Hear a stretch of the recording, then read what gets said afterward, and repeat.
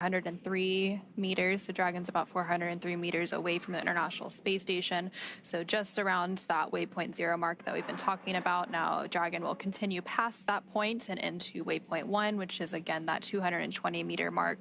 So it really is just a choreography that it follows throughout its final approach and docking today.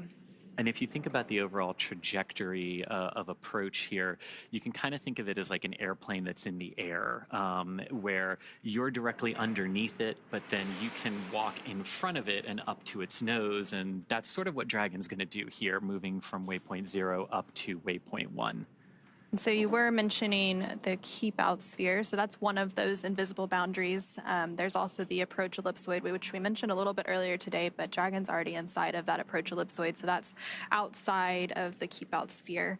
And that's that 4 kilometer by 2 kilometer by 2 kilometer boundary. Basically, it's the neighborhood of the International Space Station. So once a visiting vehicle such as Dragon, makes it into that approach ellipsoid, that's when a lot of those joint and integrated operations begin. And again, to enter into the AE, Dragon or any visiting vehicle has to be what is known, it has to be on what we call a 24-hour safe free drift trajectory, which means the spacecraft would not cross into the AE or the approach ellipsoid for at least 24 hours. So when they do those go, no-go polls to proceed in that is one of the things that they're looking for, making sure that that the vehicle is safe and can proceed in. And so now we're going inside that next invisible boundary around the space station, which is that keep out sphere that we've been mentioning. And if you're just joining us here, some great views that are on your screen as Dragon is approaching the International Space Station just inside of 400 meters now, passing waypoint 0. On the left-hand side of your screen is a live view from the International Space Station looking down at Dragon. You can kind of see it moving across the white clouds there, about to go over the blue ocean in the middle of the screen there. And then on the right, we did have some images of the International Space Station and some images inside of Dragon as well. But Anna, it never gets old looking at views of spacecraft silhouetted against Earth. And if we think these views are amazing, I just can't imagine what Crew 10 thinks of these views looking down at Earth from the Dragon spacecraft. So you did mention we were inside of waypoint 0. Dragon SpaceX on the big loop. Approach 0 has started and trajectory has converged on waypoint 1. Expect arrival at waypoint 1 at approximately 0347 Zulu.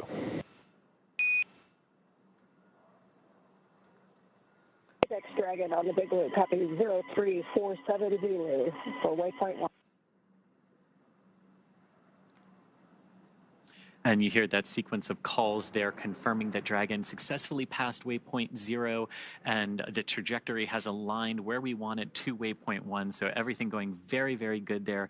And we're expecting the arrival there at waypoint 1 in just about 25 minutes from now. So once we get to waypoint 1, Dragon will be about 220 meters away from the International Space Station. So again, this is another checkpoint on the way to the International Space Station. And then that final checkpoint is waypoint 2, which is just 20 meters away. And then from there, we will have that initial contact and capture, what is known as soft capture, before those 12 hooks, 2 sets of 6 deploy to have that hard capture. And then they can begin releasing those umbilicals for data and power, and then begin the pressurization activities for the vestibule, which is that area between the station hatch and the Dragon hatch that had been previously exposed to the vacuum of space. They'll conduct some leak checks, and then, of course, welcome the new crew aboard the International Space Station. And yesterday when we lifted off, we were talking about the precise second that we had to lift off to be in the correct plane to reach the International Space Station today. And liftoff times are very, very choreographed, tightly choreographed to make sure we can do this. But once we get into orbit, it becomes a little bit different, right? And the timings of various burns, the timings of arrivals can all change. And That's basically because you've got Earth's gravity pulling on the spacecraft, you've got the moon, you've got some of the other planets, and the orbits, we do really good at predicting them, but once we see what the spacecraft is actually doing, it helps us refine those timelines a little bit like we saw today. And you know, the timings of those burns changing a little bit, maybe not needing to do some of them if Dragon is doing really well. So it really is interesting how it shifts from super precise to now we've got to see what they're actually doing in space.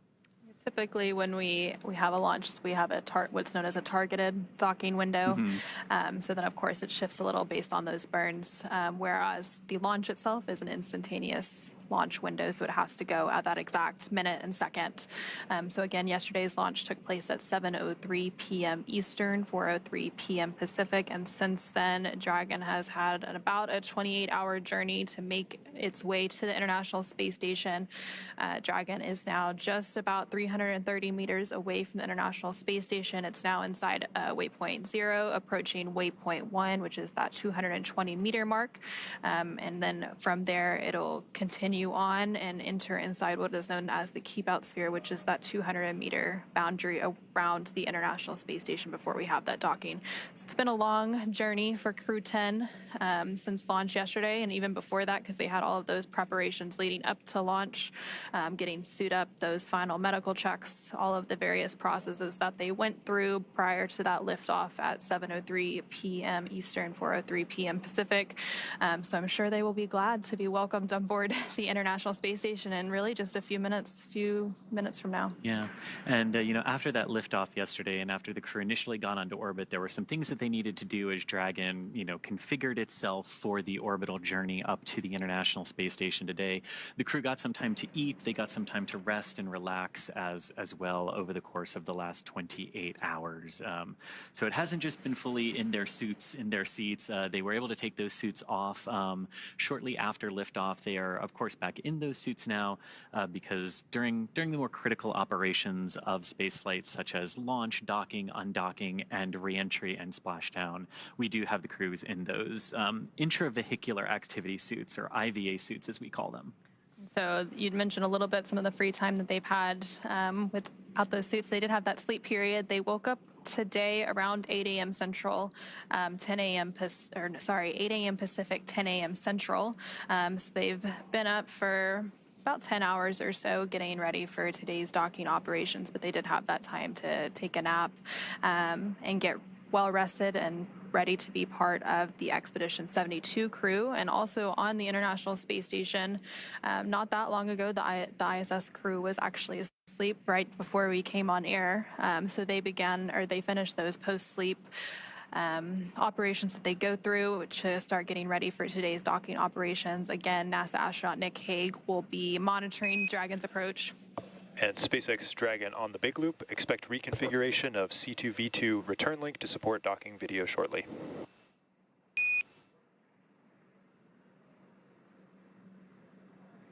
SpaceX Dragon, copy. And that call basically saying that that C2V2, the common communication for visiting vehicle system that allows Dragon to talk to the ISS to talk to the ground, it just sort of creates some nice redundant communication paths for all the vehicles and all the teams involved today. You know, that system was primarily configured for the initial approach of Dragon up to the station through Waypoint 0, and we just heard them briefing the crew that they'll be reconfiguring that again for the docking portion. So we'll continue to hear a lot of those call-outs from the ground teams and the astronauts on the International Space Station, as well as Dragon, as we continue to get into the final stages of docking today. Right now, Dragon is about 310 meters away from the International Space Station and continuing to fly in to make its final approach and docking. So it's getting pretty close now.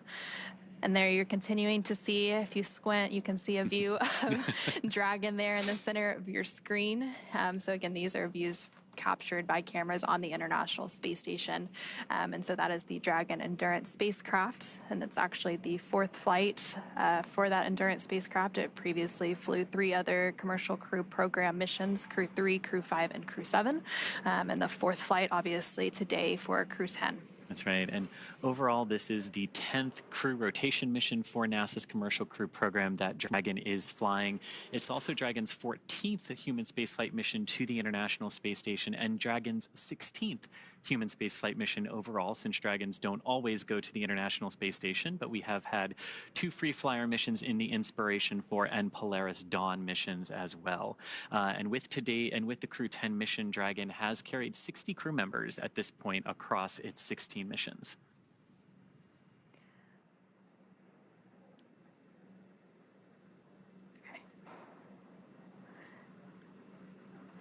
And so, yeah, Dragon has had 10 rotational missions, so that continues to be part of NASA's Commercial Crew Program.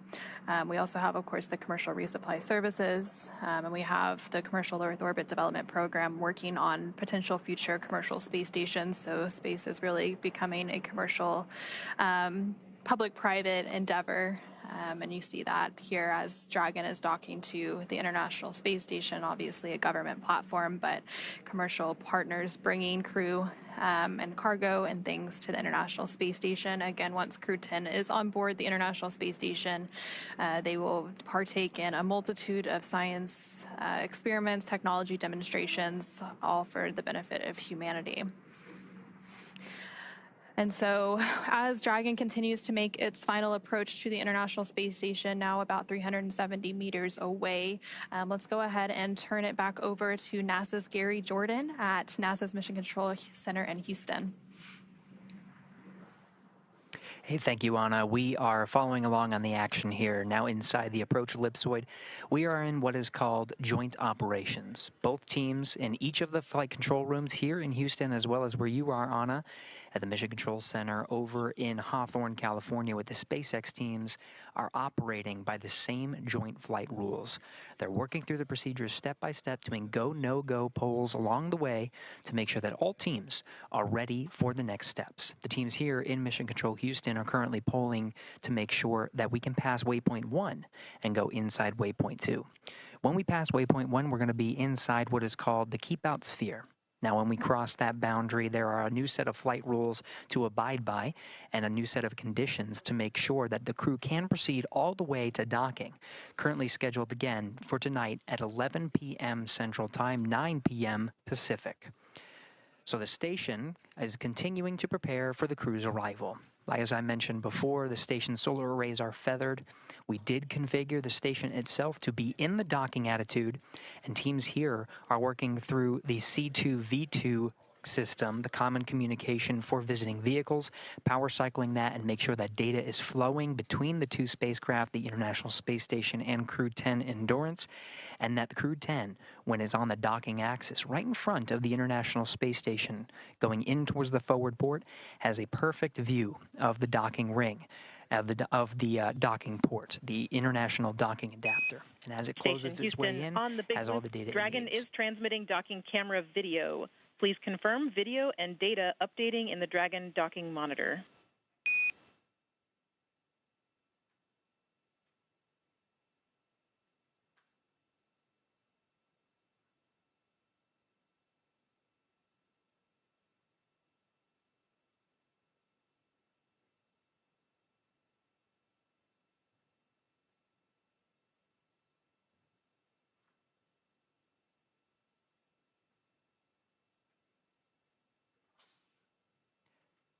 That was Capcom Tess Caswell here in Mission Control Houston, standing by for confirmation from the crew aboard Endurance. This was the troubleshooting issue I was addressing with the common communications for visiting vehicles, power cycling that system to make sure that they could have that video once they get on the station's docking axis.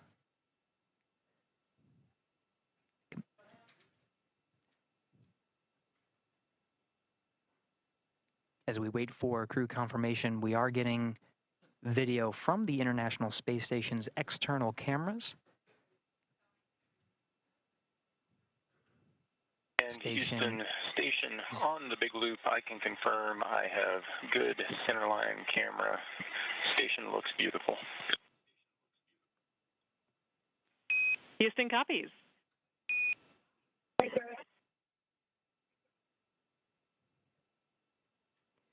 Now, it's critical that the teams communicate on this big loop to make sure all stakeholders are aware of the progress that's being made. That's cycling to enable Nick Hague, who's aboard the International Space Station. He's got a display in front of him monitoring the docking operations and receiving data from Dragon itself into the International Space Station. This is a safeguard. Dragon's rendezvous and docking to the International Space Station is a fully automated process. However, Hague does have an ability to execute commands if necessary, but really only there for monitoring. So that C2V2 power cycling allows him to have the view from Dragon itself as it moves up towards the docking axis, which you're seeing now on your screen from the external cameras aboard the International Space Station.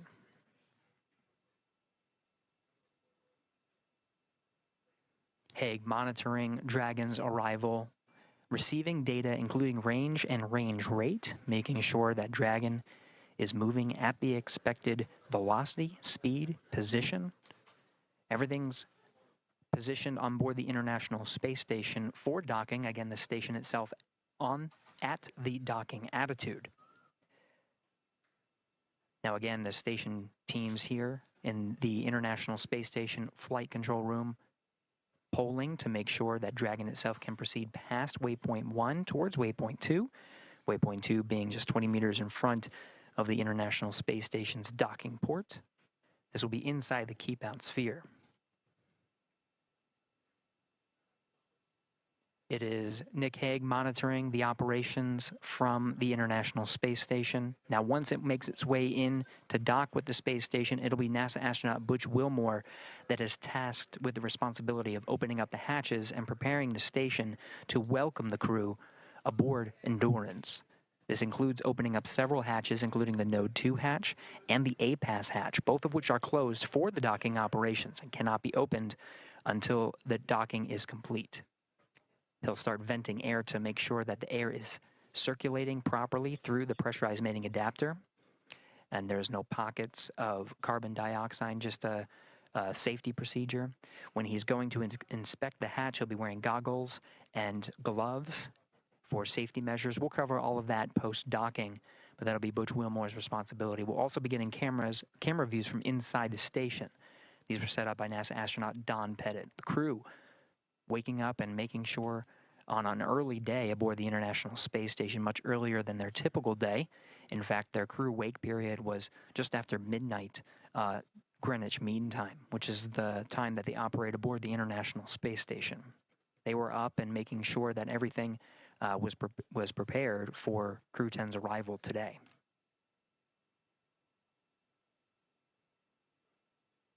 Now we're making our way up the docking axis, beautiful views as Endurance makes its way above the horizon of the Earth. Again, it's making its way towards the docking axis. This is immediately in front of the International Space Station. The camera views from Dragon itself illuminating the solar arrays. You can see the original solar arrays of the International Space Station, as well as the IROSAs, the rollout solar arrays that are augmenting some of the station's power. This as part of a process to continue the science done aboard the International Space Station, which is, of course, the mission of the astronauts and cosmonaut aboard Crew 10. Crew 10 really just a transport mission to get to the International Space Station. Once there, they join Expedition 72 for at least a time. Don Pettit, NASA astronaut Don Pettit, will be returning aboard a Soyuz. Once that Soyuz undocks, crew on board the International Space Station officially begins Expedition 73, continuing the great science and technology demonstrations that are necessary in low Earth orbit to prepare for future human missions to deep space, including the Moon and to Mars.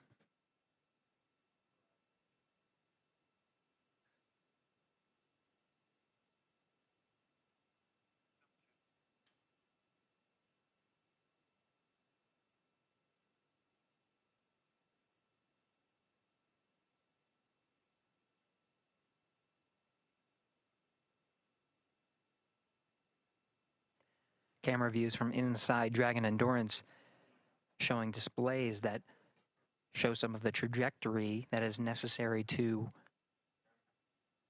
converge with the docking axis. This is Waypoint 1. Now, when you see those displays, you'll see the trajectory curve out The spacecraft itself calculating breakout maneuvers that are necessary as it makes its way along the planned set of procedures and approach maneuvers. Waypoint 1 immediately in front of the docking axis. Once that is executed, the Dragon will fire its Draco thrusters to maneuver inside.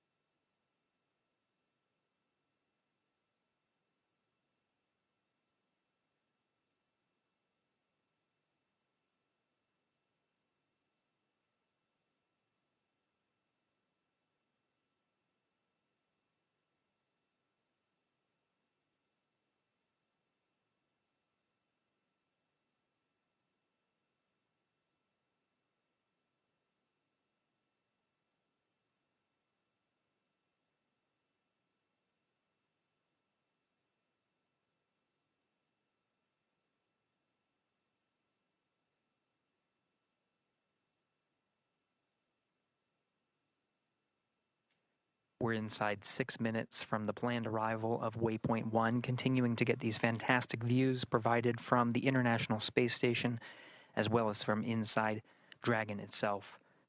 Commander Ann McLean, as well as pilot Nicole Ayers, you see positioned as the camera in between them, shows them in their launch and entry suits. We did hear before that they are allowed to bring up their visors through these set of procedures. Those suits are donned prior to joint operations, and they'll close their visors as part of the next dynamic phase, which will be the docking, which just as an added safety measure.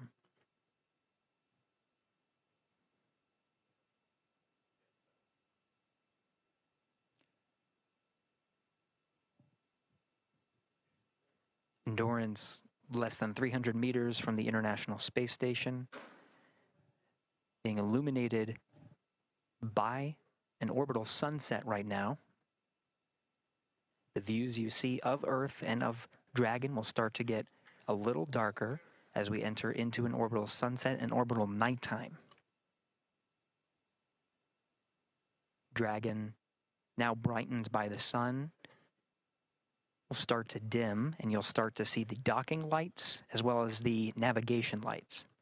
Docking light will be white at the center of the spacecraft, and you'll see green and red lights on the forward bulkhead, green indicating the starboard position, red indicating the port position. The International Space Station cameras sometimes view from an upside down position, as you can see from this view, as the Earth is on the top left of your screen.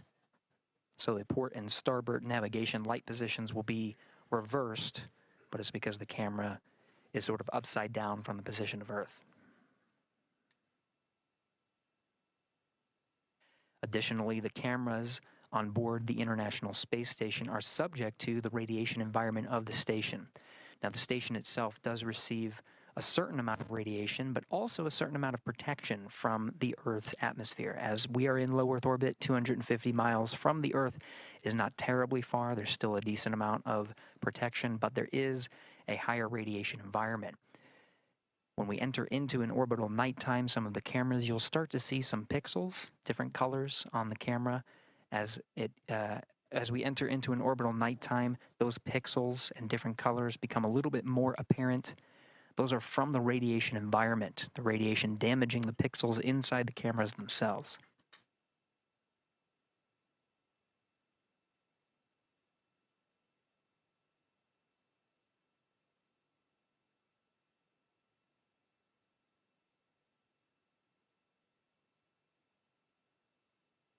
Inside 3 minutes from Waypoint 1 arrival, we do have a go to proceed past Waypoint 1. So Dragon, what you'll see is not a pause at waypoint 1, but it should proceed towards the keep out sphere.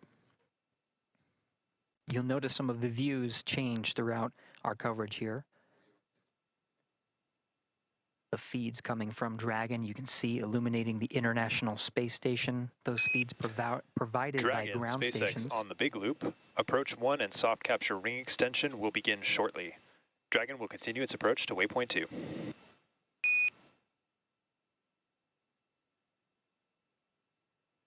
SpaceX, Dragon, copy all.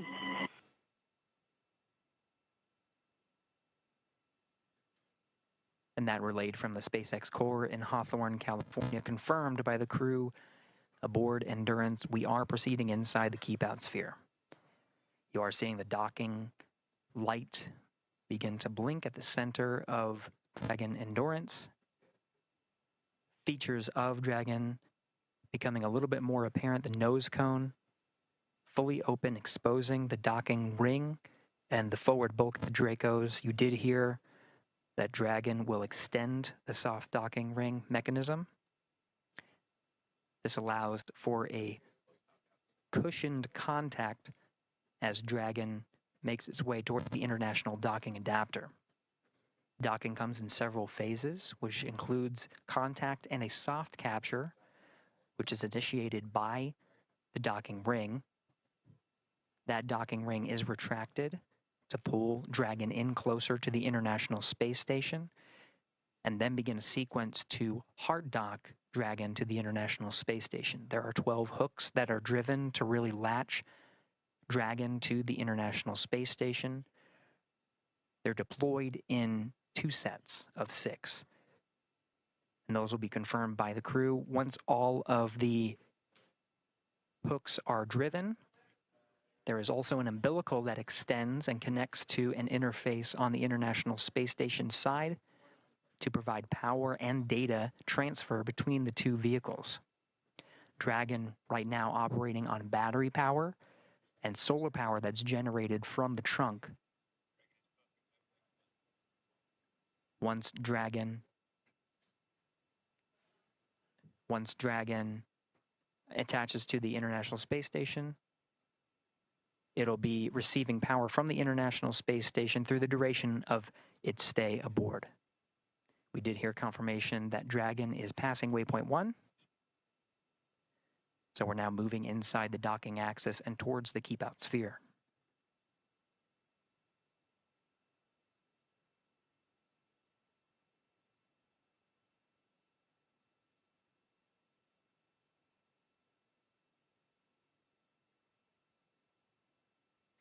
Now passing waypoint 1, Dragon Endurance heading towards the International Space Station. We're following along from here inside Mission Control Houston, working jointly with the teams in Hawthorne, California, to take us through the next series of steps, including crossing the keep out sphere and heading towards waypoint 2.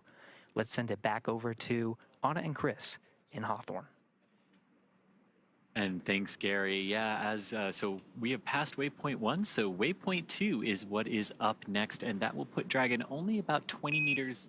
Station Houston on the big loop. Monitor approach per step 3 of 1.102, Dragon approach and retreat monitoring. Let us know when your review is complete and you are ready for docking.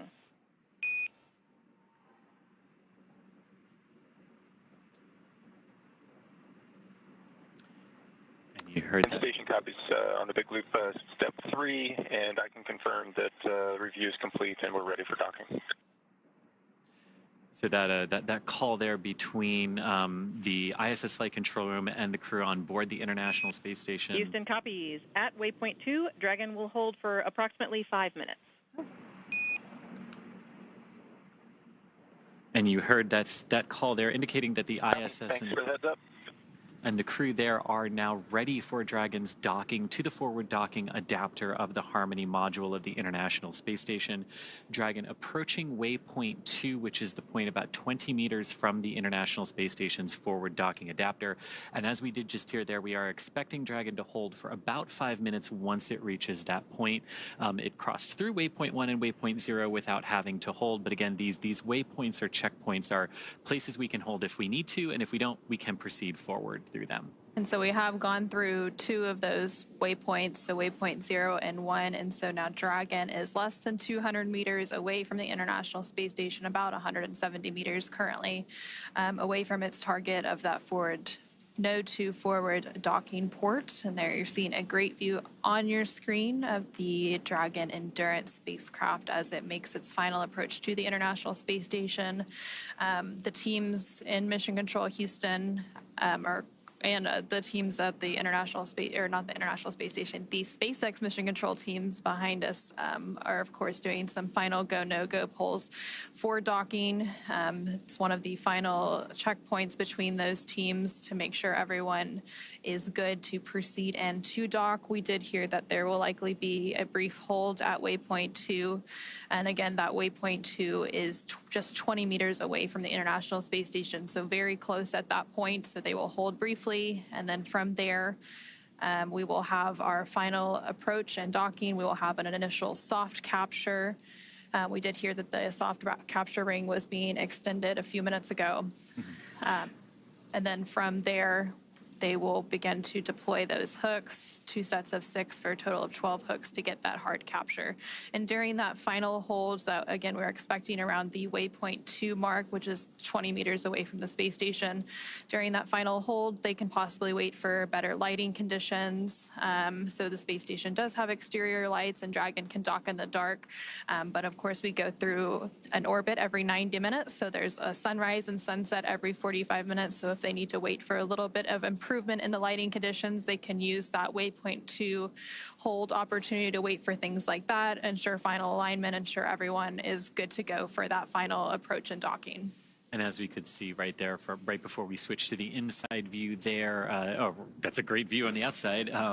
You can see that we're passing into an orbital sunset here, so approaching orbital night. And you can see how that lighting is very different on board the International Space Station. But what I love about that view, too, is you can see the forward navigation strobe light from Dragon illuminating the forward element of the International Space Station where it will be docking just a few minutes from now. But of course, approaching waypoint 20. This is a view now from the International Space Station looking at Dragon. You can see the white navigation light indicating the center of the docking alignment axis there. And the green light that you see is the starboard navigation light. So just helping the folks on the International Space Station keep track of Dragon's orientation there. And the red one that just came into view is for the port side orientation. And I really love this too as we get into orbital night as we're approaching the space station, because we're probably going to see Dragon's Draco thrusters pulsing, and that's always a sight to behold in orbital night. And so Dragon and the International Space Station. Soft capture ring extension complete.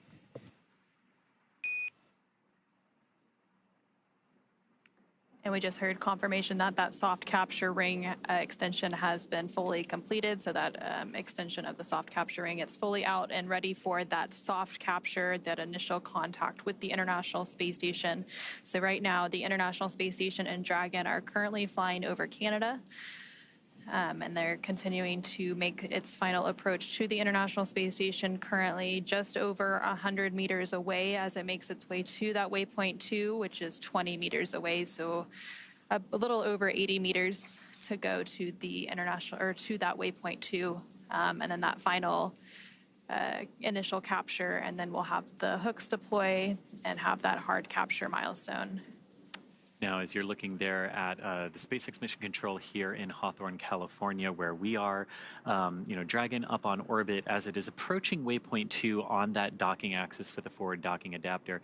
It's approaching the space station very, very slowly, about a few tenths of a meter per second.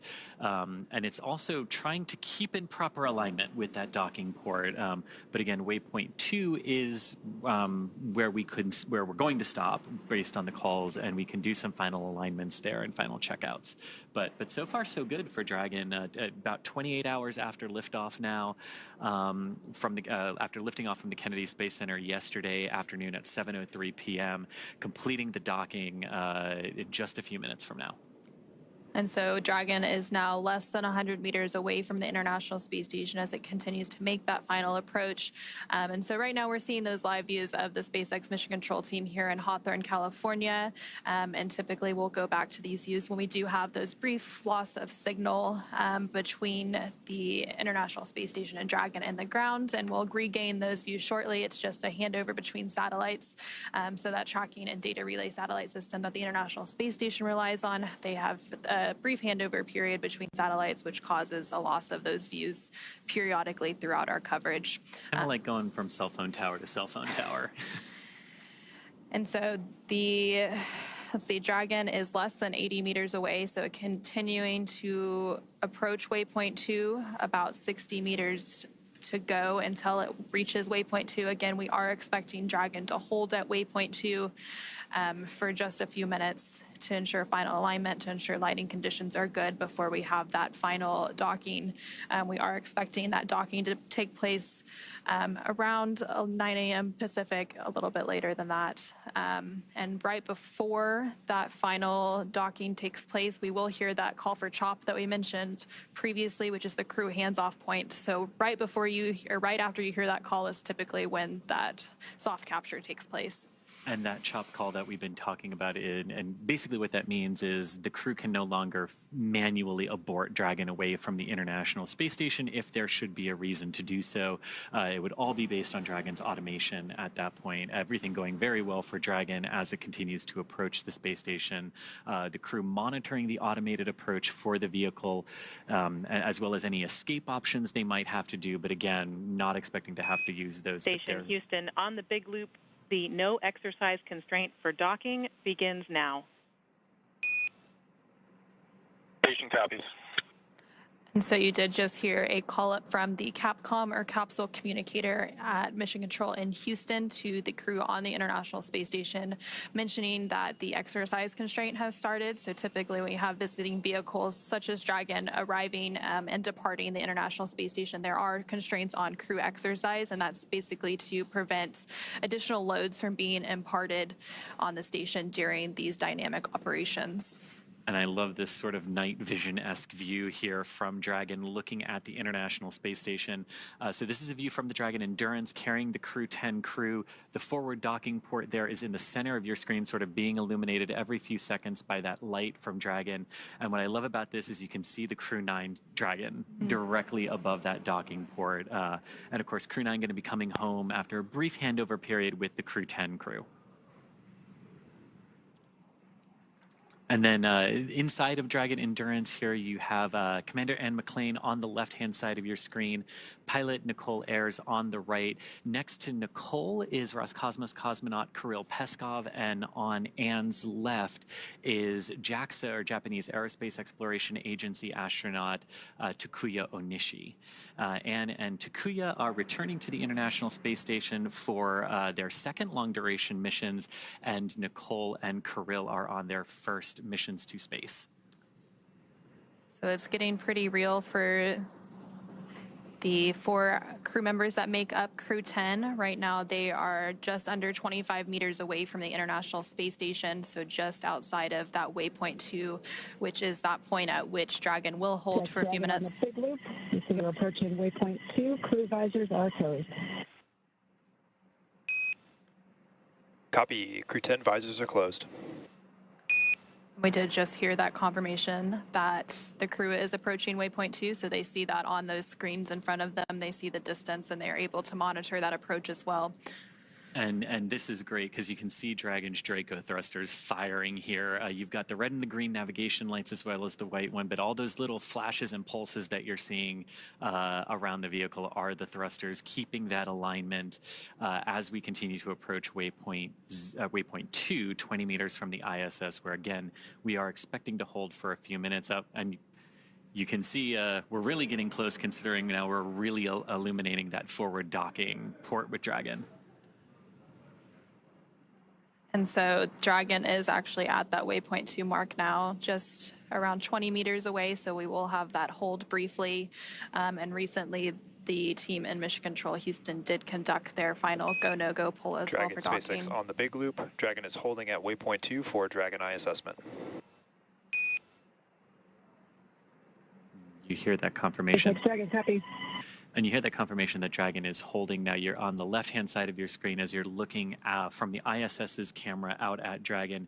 Even though we've said Dragon is holding, you're still going to see some of those thruster pulses because holding in space is not like just stopping your car that holds the same position. And Dragon SpaceX on the big loop. Ground is bold go, and we'll be enabling approach shortly. Confirm crew readiness for final approach.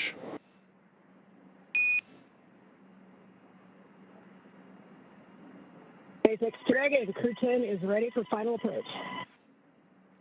And that is great words there to hear from SpaceX Mission Control. Resume has been commanded. Reminder, once Dragon is inside the crew hands-off point, retreat and breakout are not permitted. Copy. And Anna, here we go. So we did just hear that they have the go to resume final approach, so that we had that brief hold completed at waypoint 2, which was just 20 meters away from the International Space Station. So Dragon will now resume its final approach and finish its fly into the International Space Station's Node 2 forward docking port. And we heard Dragon is in approach 2. We hear good confirmation of Dragon in that approach 2 mode, meaning it has passed waypoint 2 and is coming into the station. Again, you can see Station Houston on the big loop. Dragon is on final approach and is go for docking. Monitor per steps 5 and 6 in 1.102 Dragon approach and retreat monitoring. Station copy. and that was the call from the International Space Station Flight Control Room to the crew on the ISS. Again, just everyone confirming, making sure everyone's on the same page, as Dragon is now very close to docking with the International Space Station here today. And so Dragon is now just 17 meters away from the International Space Station and continuing to close in on its target. Coming up here shortly, we will likely hear that call out for CHOP, which stands for Crew Hands Off Point. That typically takes place less than 30 seconds before docking. So as soon as you hear that, you know that that docking will take place very soon after. And then at that point, when we hear the CHOP call out, any aborts will have to be done automatically by Dragon.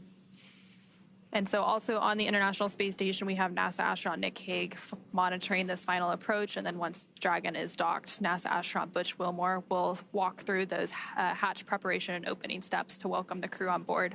And Dragon is now less than 14 meters away from the International Space Station and continuing that final approach. These very delicate series of maneuvers now. Dragon approaching very, very slowly relative to the International Space Station.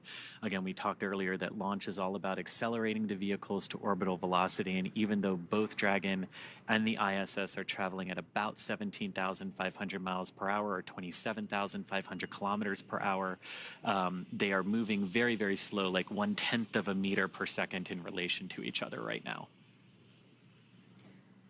Dragon now at about 10 meters away from the International Space Station. We're standing by for that call out for CHOP here shortly.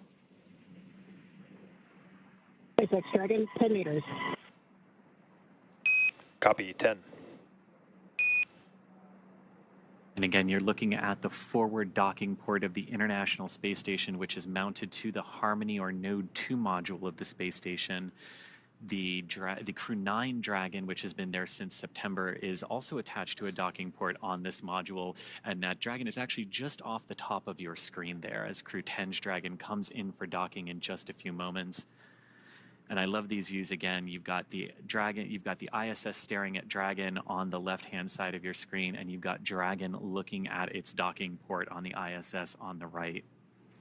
And Dragon is now less than 7 meters away from the International Space Station as it continues to make that final approach.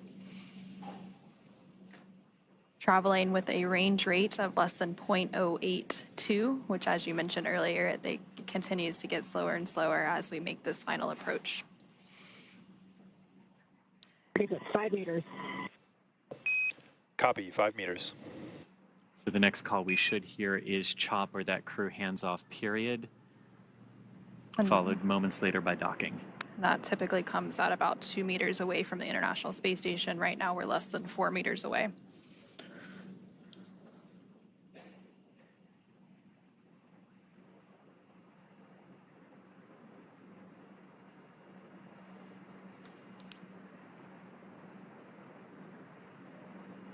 Less than 3 meters away. 2 meters, please hands off. Copy, hands off. There is the CHOP call. Standing by for initial contact of Dragon to the International Space Station.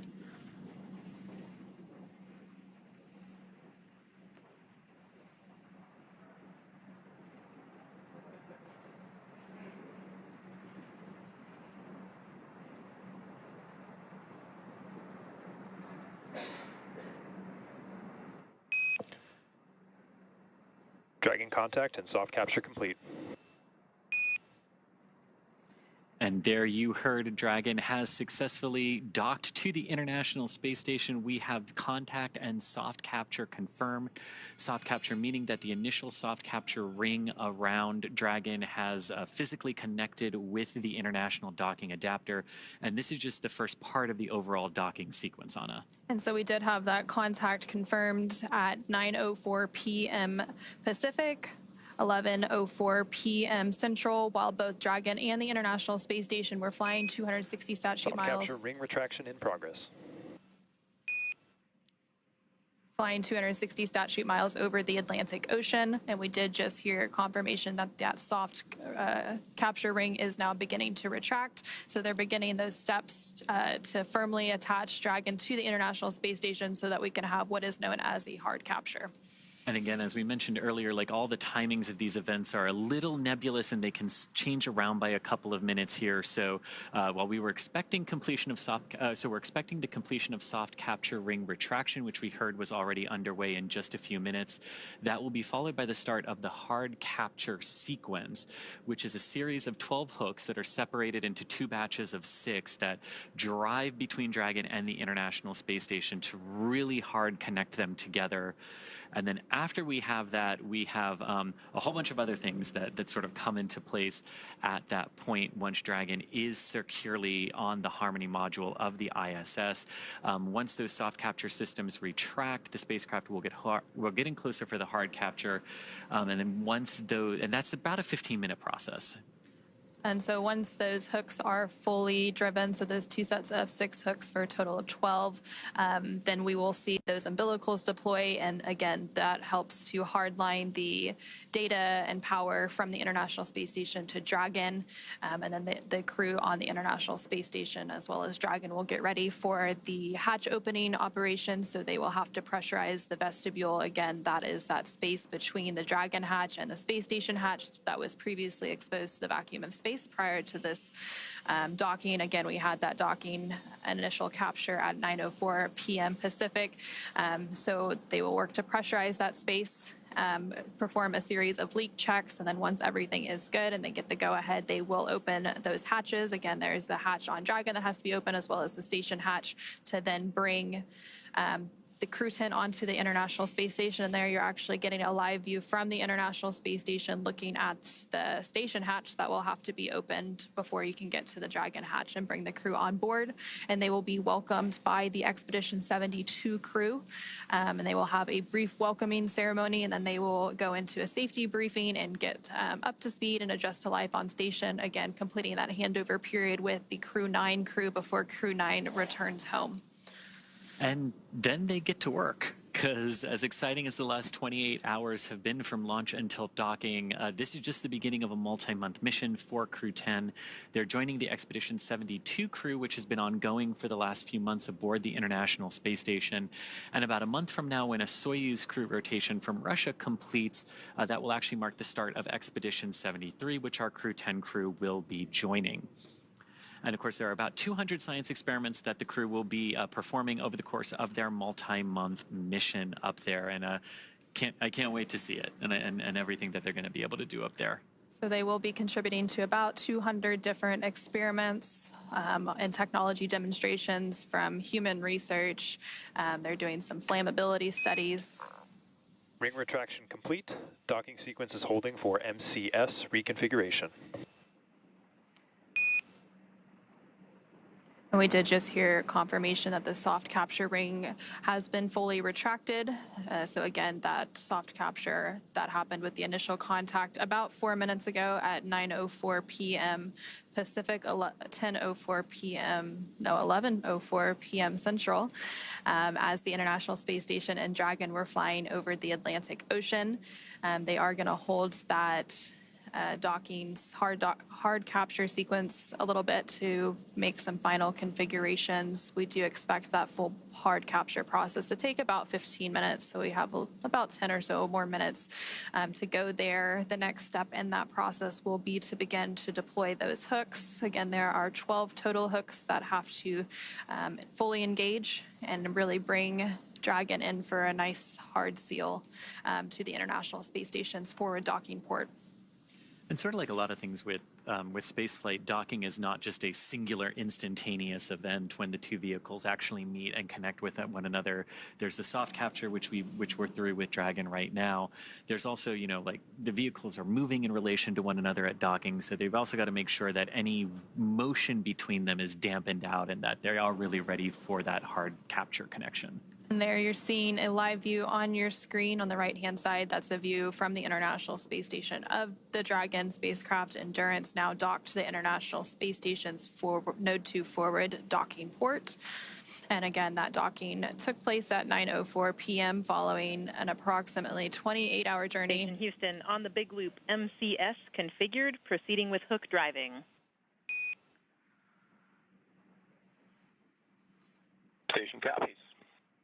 And there we hear good confirmation that what we were waiting for there and holding the docking sequence has been, we've gotten through that, and now we are going to begin that hard capture sequence, and that's what you were talking about, Anna, driving the series of 12 hooks, 6 at a time, to form that hard capture. And again, we expect that process to take about 15 minutes, but it really is great to see the Dragon Endurance back on the space station. Its 4th trip to space. This particular capsule has launched the Crew 3, Crew 5, and Crew 7 missions, and of course returned those astronauts safely to Earth. And now it's doing it again for the 4th time for the Crew 10.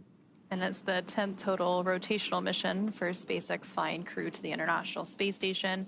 Again, we did hear confirmation that the first set of 6 hooks for a total of 12 is now driving. So those will make a hard capture, and then they will drive the second set of 6 hooks. And then from there, we will have confirmation of that hard capture, and then they will deploy some umbilicals and then begin that pressurization and leak check series before we have hatch opening and welcoming Crew 10 on board the International Space Station. Of course, it's been a pretty long journey for Crew 10. They've been traveling for over 28 hours now following a liftoff yesterday of 7:03 p.m. Eastern, 4:03 p.m. Pacific from NASA's Kennedy Space Center in Florida, Launch Complex 39A. They had approximately 9-minute ride to orbit before we had that orbital insertion and second engine cutoff, and then they've been traveling in free flight since then. They had a series of burns that set them up for a docking today at 9:04 p.m. Pacific. They first had their phase burn, and that was completed yesterday at 4:52 p.m. Pacific, followed by a boost burn at 12:08 p.m. Pacific, a close burn a little bit after that at 12:50 p.m. And then they had a mid-course out-of-plane burn, a transfer burn, co-elliptic burn, and just recently we had that approach initiation burn. So a lot of burns to set them up and get them on a track to where they are now at the International Space Station. And after that sequence of burns, it went pretty good after that point. We saw Dragon cruise through the Waypoint 1 and Waypoint 0 targets of 400 and 220 meters, respectively, from the International Space Station, and then close into that Waypoint 2 were a brief hold, and then right on in for a picture-perfect docking over the North Atlantic. And so we did have that soft capture at 9:04. Now the first set of 6 hooks has fully closed, and now the second set of 6 hooks is driving. Once that second and final set of hooks finishes closing and driving, we will have that hard capture complete. And then from there, they will, of course, begin the pressurization process of the vestibule. And of course, part of Crew 10's arrival at the space station means that it's time for another crew who's been up there for a few months to come on home. So a few days after Crew 10, now that Crew 10 has docked, in a few days we will have the planned undocking and return of Crew 9, which includes NASA astronauts Nick Hague, Butch Wilmore, and Sunita Williams, as well as Roscosmos cosmonaut Alexander Gorbanov. 2 of them have been up there since September. Nick and Alexander launched on Crew 9 in September on the Crew 9 mission from Slick 40 at the Cape Canaveral Space Force Station. And of course, Butch and Sunny were already on the space station and joined Crew 9 and will now be coming home on Dragon. So they will do that brief handover period. The handover period between crews is pretty typical. We like to ensure a continuous presence of U.S. crew, and then the Crew 9 will help bring Crew 10 up to speed as the new arrivals and get them adjusted to space station life before they return home. And so that second set of 6 hooks continues to drive. We had that initial docking about 10 minutes ago at 9:04 p.m. Pacific, and typically it takes about 15 minutes to have hard capture complete, so we should be approaching that milestone here shortly. And as all of that is happening and those umbilicals are being connected, hard capture complete.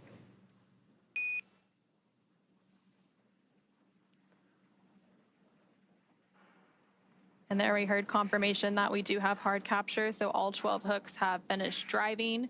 And then from there, the umbilicals will start to deploy, and that again brings that hardline data and power from the International Space Station to Dragon. And then the pressurization of the vestibule will begin. And again, NASA astronaut Butch Wilmore on the International Space Station side is on tap to be to help with those hatch opening operations today. Again, we are expecting hatch opening about an hour and a half or so after or from now, and then from there will be a welcoming combined with a farewell remarks of Crew 10 since that handover is pretty short. And then from there they will adjust to station life. There will be a safety briefing, and then they'll get right into it as Expedition 72 members for the next month before they become Expedition 73. And and you can see that's Sunny Williams there in front of the hatch on the International Space Station side. So we did hear confirmation of hard capture is complete. The docking sequence still proceeding, though, with Dragon. You mentioned those umbilicals that are now being driven between the vehicles to establish good power and data connections between the International Space Station and Dragon. Now, we've talked a little bit about what the folks on the ISS side are doing here, getting those hatches ready. And inside Dragon, they're continuing to monitor the docking sequence as it progresses, and then they'll also be able to get out of their suits as well that they have been in for the last couple of hours as Dragon has approached the International Space Station. So as Dragon crew gets out of their suits, of course, as we mentioned previously, NASA's astronaut Butch Wilmore is going to start those hatch opening operations. And there on your screen, you are seeing NASA astronaut Nick Hague as well as Roscosmos cosmonaut Ovchinin as they stand by to greet Crew 10 members and welcome them as part of the International Space Station crew. Again, they are going to get that pressurization process underway here shortly, and they will pressurize that area known as the vestibule, which is the area between the Dragon hatch and the station hatch that was previously exposed to the vacuum of space. And then once that happens, they will conduct a series of leak checks. And there on your screen, you just saw NASA astronaut Sunny Williams actually floating right in front of that hatch that will be open in just a little bit.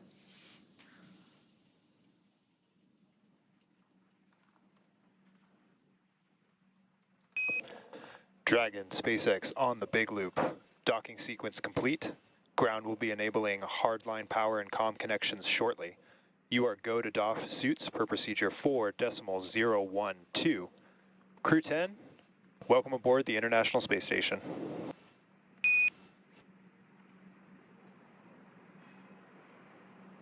SpaceX Houston and ISS, this is Dragon Mission Specialist Takuya Onishi on the big loop. We copy the docking sequence is complete. We are go for 4.012 for docking suits. And on behalf of the entire crew, I would like to thank all the partners, especially our SpaceX friends who trained us and enabled us to safely arrive at the International Space Station. It was so amazing to see the ISS shining in the darkness of space and symbolizing human beings, technology, and international cooperation. And it's such a great honor for us to be part of this program. We have a lot of exciting work ahead of us that we are looking forward to. Again, thank you very much to everybody who helps us to get here.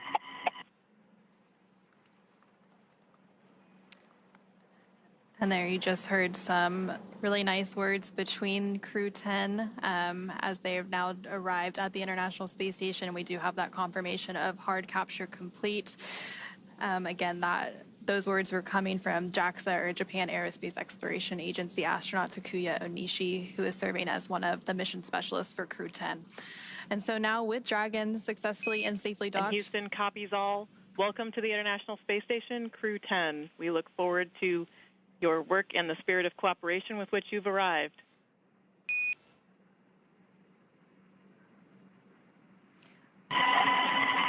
Thank you very much, Dennis. And there's some words from the capsule communicator, Capcom, in Houston and the International Space Station Flight Control Room. Back to Crew 10, and again, now with Dragon docked, that's going to wrap us up for our coverage here in Hawthorne, but our coverage for Crew 10 won't stop there. That's correct. It's great to see the Dragon Endurance docked back at the station and see Crew 10 ready to begin their multi-month mission in there. In a minute, we're going to toss it back to Gary in Mission Control Houston to take us through the vestibule depressurization hatch opening, and then we'll see NASA astronauts Anne McClain and Nicole Ayers, along with JAXA, or Japan Aerospace Exploration Agency astronaut Takuya Onishi and Roscosmos cosmonaut Kirill Peskov float into the International Space Station. But first, let's do a quick recap of how we got here. The crew suited up yesterday before their launch and then had their ride to the pads in those sleek-looking Teslas before ingressing an even sleeker-looking Dragon. They lifted off right on time from the Kennedy Space Center at pad 39A at 7:03 p.m. Eastern Time on Friday, March 14th. Stage 1 successfully returned to a landing at Landing Zone 1 for recovery and reuse a few minutes later. Dragon separated from the second stage of Falcon 9, and once it was safely in orbit, deployed its nose cone to reveal that docking adapter and all the navigation aids needed to get to the International Space Station. Dragon also completed 5 major burns on its journey to the International Space Station, coming in for a docking at 9:04 p.m. Pacific Time, 11:04 p.m. Central Time today, March 15th, 2025. And it was Dragon's 10th crew rotation mission for NASA and the Commercial Crew Program. That's right. And now that Crew 10 has arrived to the International Space Station, we are looking ahead to the return of Crew 9. And we will be taking you along as they return home after their long duration stay on board the International Space Station. Teams will be assessing return dates, which will then be announced on nasa.gov. So be sure to tune in as NASA and SpaceX will then bring you live coverage every step of their return home. And you can also follow SpaceX and NASA on social media for real-time updates. But thank you again for watching our coverage of docking, and go NASA, go SpaceX, and go to Crew 10 and Crew 9. For those of you watching on X, please head over to NASA Plus to follow the coverage of hatch opening and welcoming live. So thanks everyone for joining us here in Hawthorne. Thank you specifically to Anna for joining us from Johnson Space Center. And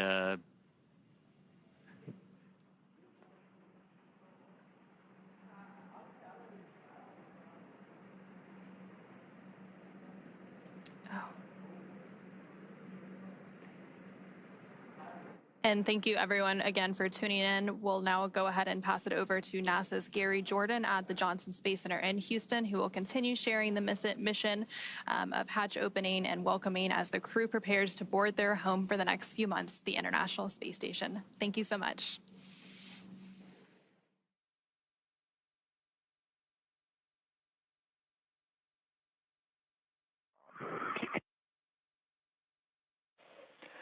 And talk, SpaceX on the big loop. We've got you loud and clear for the cabin mic comm check. Okay, we have you loud and clear.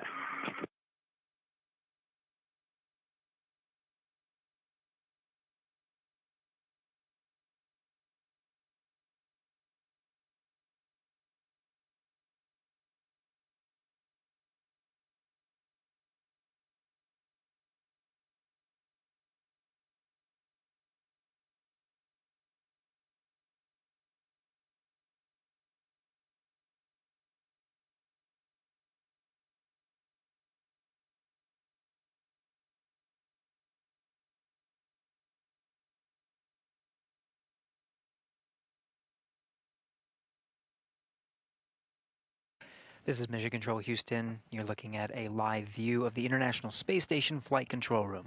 Thanks to Anna and Chris over in SpaceX Mission Control in Hawthorne, California. We just wrapped up our joint coverage of Crew 10's arrival to the International Space Station, docking at 11:04 p.m. Central Time, 9:04 p.m. Pacific. The International Space Station and Dragon were flying 260 statute miles over the Atlantic Ocean at the time of docking. Now that the docking sequence is complete, which means the ring is fully retracted, hooks are driven, and the umbilical is extended, draw power from the International Space Station, and transfer data, crew inside Dragon is getting prepared for the next set of procedures to configure Dragon in such a way for its extended stay aboard the International Space Station,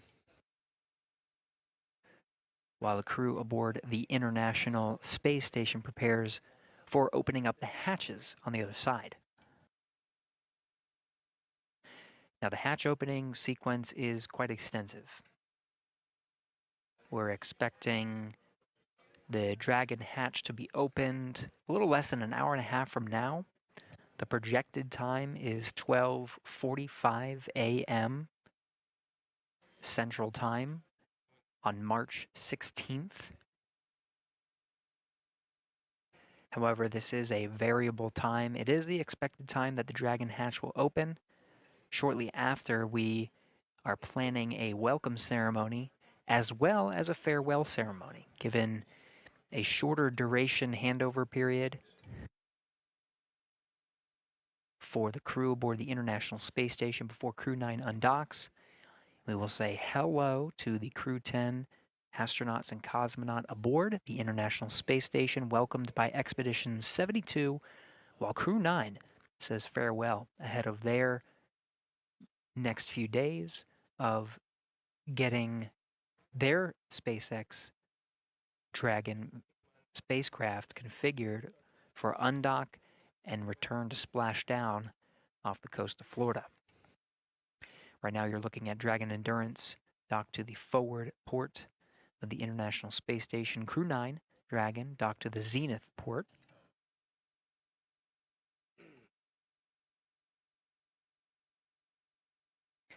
These views provided by an external camera on the exposed facility outside of the Japanese module.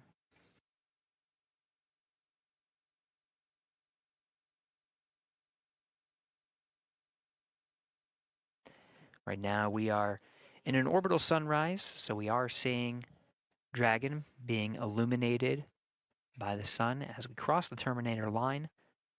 We're just west off the coast of South Africa now, 267 statute miles right above that coast, in fact, on a southeast trajectory, heading into an orbital daytime, starting to see the horizon of Earth being illuminated by this view. We're again following the procedures inside the International Space Station. We've been hearing the voice of NASA astronaut Nick Hague, whose responsibility for the past few hours has been the monitoring task of Crew 10's arrival to the International Space Station, receiving data via a common communications for visiting vehicles link between the International Space Station and Dragon, providing telemetry and allowing Hague to monitor Dragon's safe approach, docking again at 11:04 p.m. Central Time. Now that Dragon is docked and the crew is getting ready to open the hatch on the International Space Station side, it's Butch Wilmore who is tasked with the responsibility of opening up the hatches. In fact, he's in the Node 2 module right now. The Node 2 forward hatch is open. Throughout our coverage today, it will take some time to open up those hatches. It's quite a lengthy procedure that needs to be done carefully, and we will be continuing to orbit the Earth, handing over between our coverage of TDRS satellites that are providing video from the International Space Station. We're now in a short handover period and expecting to regain those views very shortly. But for now, you're seeing the International Space Station flight control teams here in Houston, Texas. It's Allison Bollinger, that is the flight director for today. Dragon on Dragon to ground. On Dragon to ground.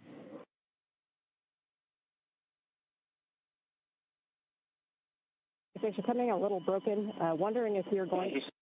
And Houston on 2, you copy my last. Negative, Butch. We got you in a handover. The urine hose for the procedure. Negative, Butch. Okay, sorry. Stabilization valve, APAS was open at 0426, close to 042730. You beat us to it. We were going to give you that call when you were drying your suits, but in section 5 of 4.400, we're going to have you guys wave every step but the last one. How copy? If your last call cut out, say again for urine hose. And repeating my last, but for that call in section 5 of 4.400, we are not going to have you perform any steps except for the last one. How copy?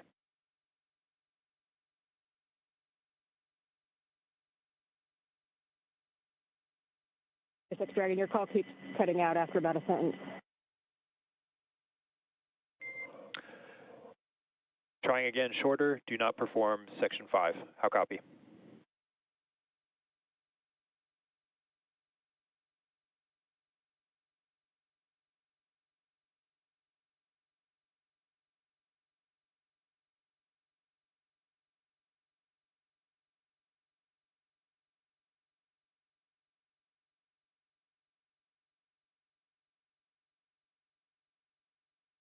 Dragon on Dragon to ground.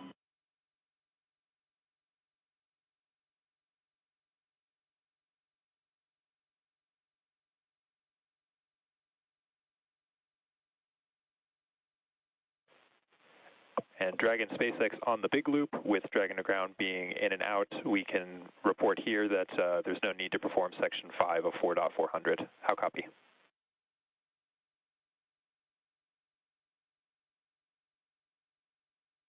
Six Dragon, copy on the big loop. We can skip section 5 of 4.400. That's a good readback.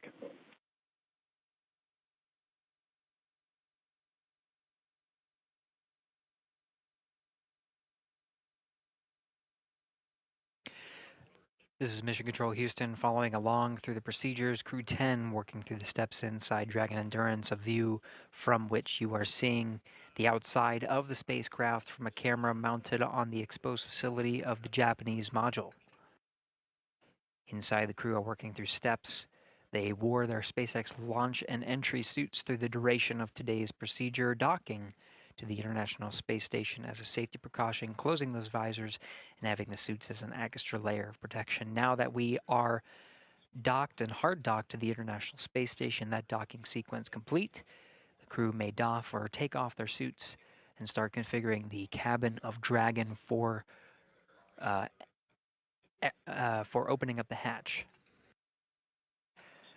You'll hear some of those communications through Dragon to ground, those communications intended for the Dragon crew. Some of the communications you'll hear on the big loop and the space to ground loops, because there are crews on both sides of that hatch working to welcome the crew aboard. Each has their own respective role.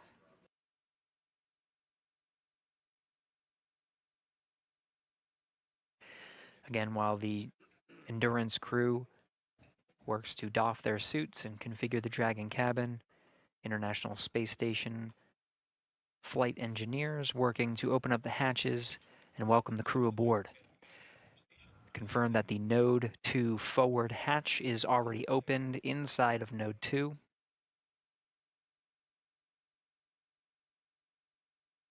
Next will be the APAS hatch. The APAS hatch is the last hatch on the International Space Station side. There is a vestibule that separates that hatch from the Dragon hatch, and that vestibule right now is at vacuum. Part of the procedures that the crew will undergo, namely NASA astronaut Butch Wilmore, will be to turn a valve and introduce air into that vestibule, bringing it up to pressure. Pressure inside the International Space Station and Dragon is that of sea level, 14.7 psi. The procedure to take that vestibule up to vacuum is slow and steady. They make sure that there are no leaks at about 5 pounds per square inch, settling there, making sure that there are no leaks present before bringing it fully up to pressure at 14.7 psi. ISS power connection established.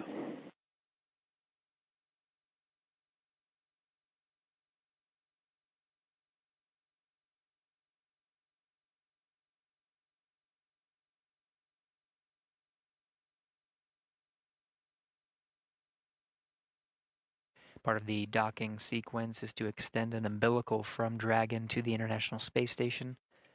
That provides power and communication drawn from the station to Dragon, so Dragon no longer has to rely on battery power.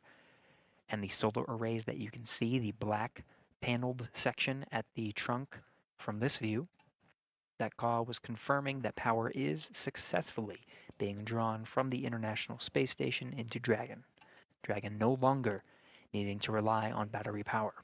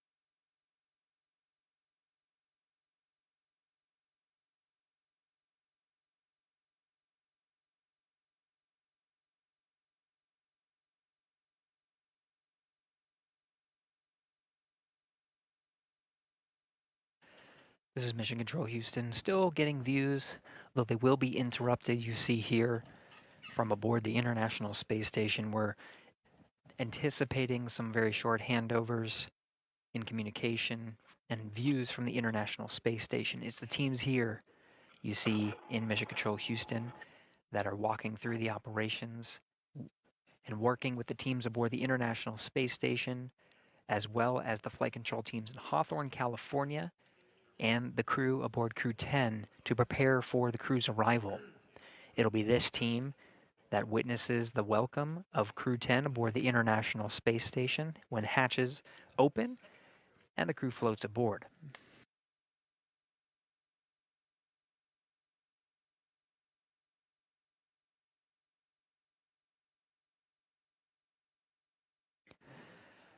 Right now we're expecting hatches to open at approximately 12:45 a.m. Central Time. This is an estimated time based on the docking time from this evening. Again, that was 11:04 p.m. So based on the procedures that the team has ahead of them, this is the estimated hatch opening time.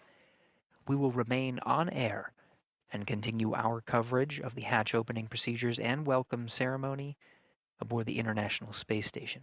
As a reminder, when we do the welcome ceremony, it will be a unique event in that it will be both a welcome for Crew 10 and the 4 astronauts and cosmonaut aboard, and a farewell to Crew 9.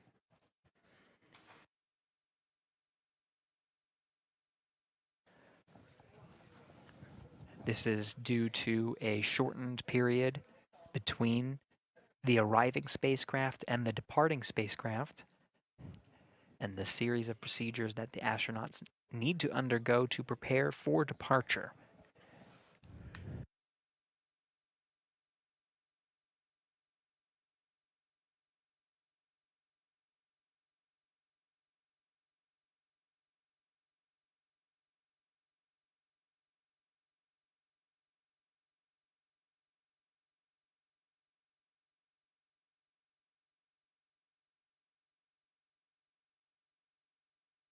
Okay, and Houston, I'm showing 15 minutes.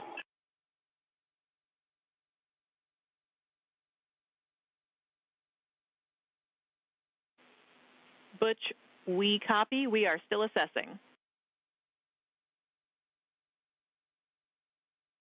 Standing by.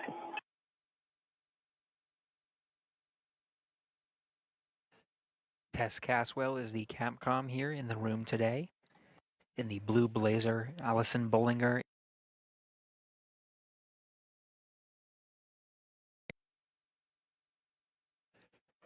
Caswell will be the voice from Mission Control Houston, relaying namely to the crew aboard the International Space Station.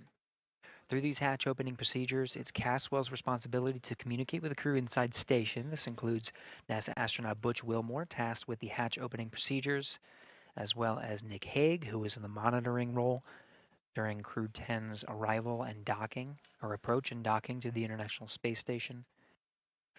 It'll be the voice of the SpaceX core, who we will continue to pull into our broadcast. That'll be communicating with the Crew 10 astronauts and cosmonaut aboard Endurance, walking them through their procedures. We already heard them talking specifics about procedures needed for suit doffing. This means taking off their launch and entry suits that are necessary for the critical phase that is contact and capture of Dragon to the International Space Station. Once they go through that dynamic phase, they are taking off their suits and putting on something a little bit more comfortable. They will not be in their SpaceX launch and entry suits when they enter the hatch and are welcomed by the crew.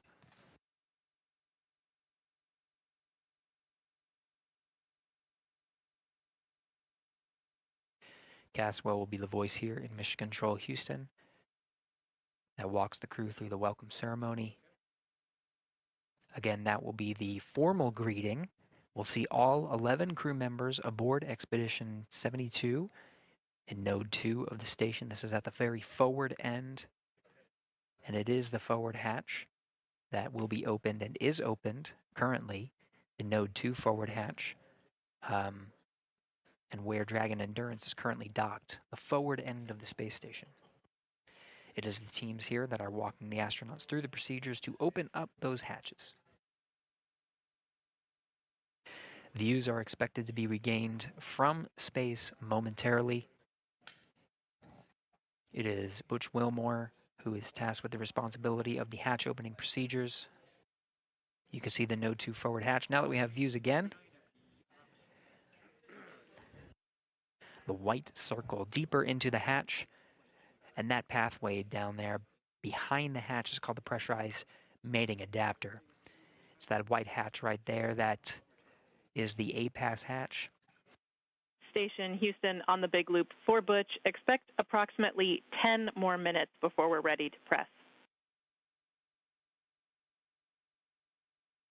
Copy, 10 minutes.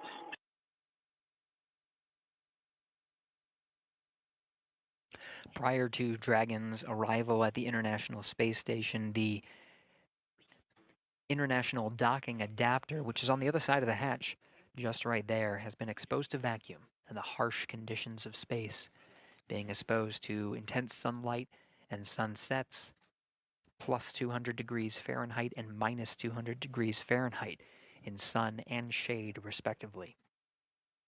Because of this, this introduces some significant thermal constraints and thermal conditions in that vestibule.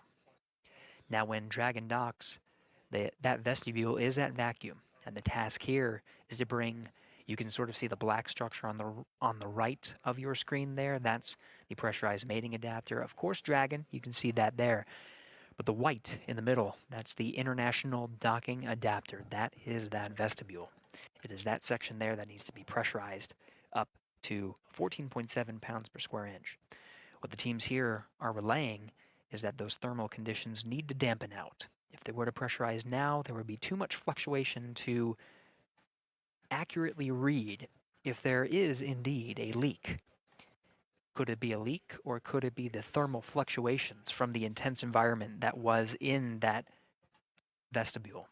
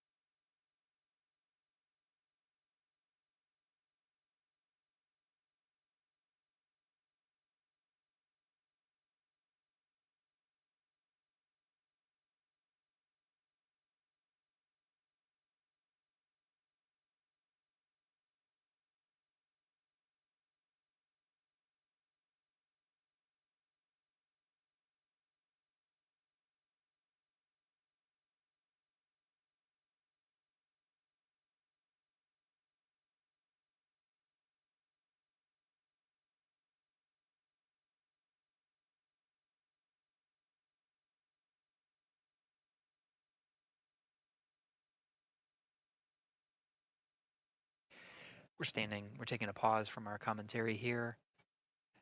Flight Director Allison Bollinger is addressing the teams for some of the upcoming procedures for today. We're just listening in.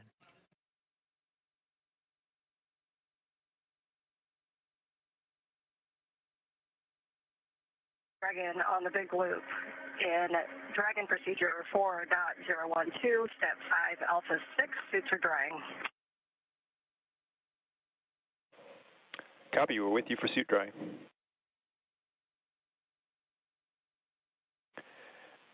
Dragon, at this time, you have a go for sections 1 through 3 of 4.400. Sections 1 through 3 of 4.400. Good readback.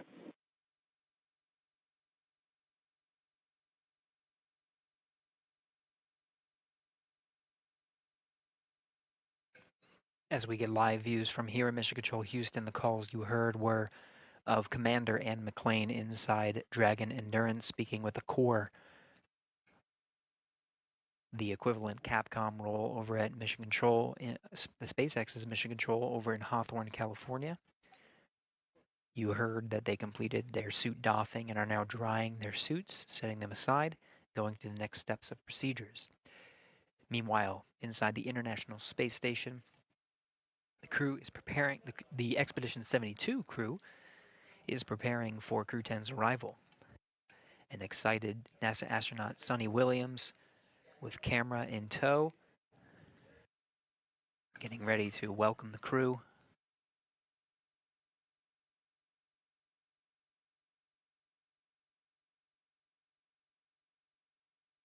Ivan Wagner and Alexander Gorbanov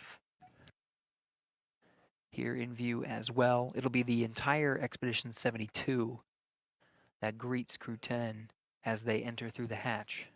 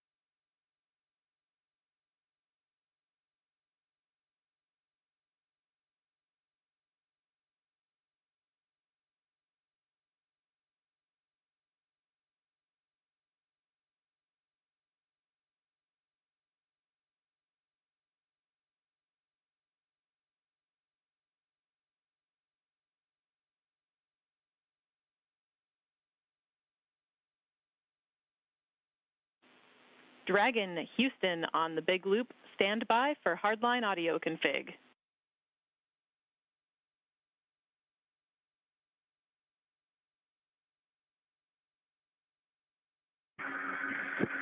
Dragon copy, standing by.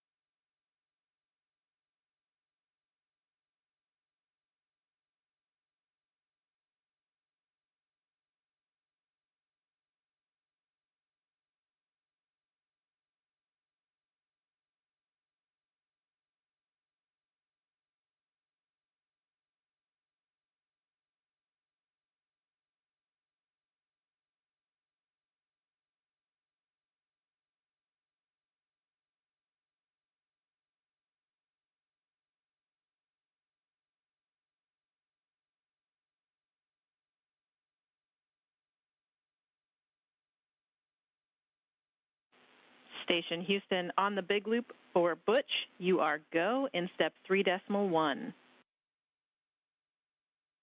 Decimal 1. And Dragon Houston on the big loop, com check, hardline audio config complete.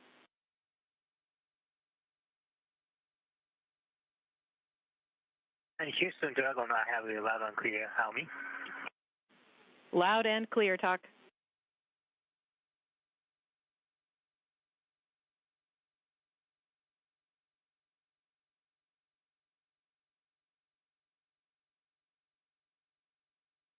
Three dot one's complete. Houston copies.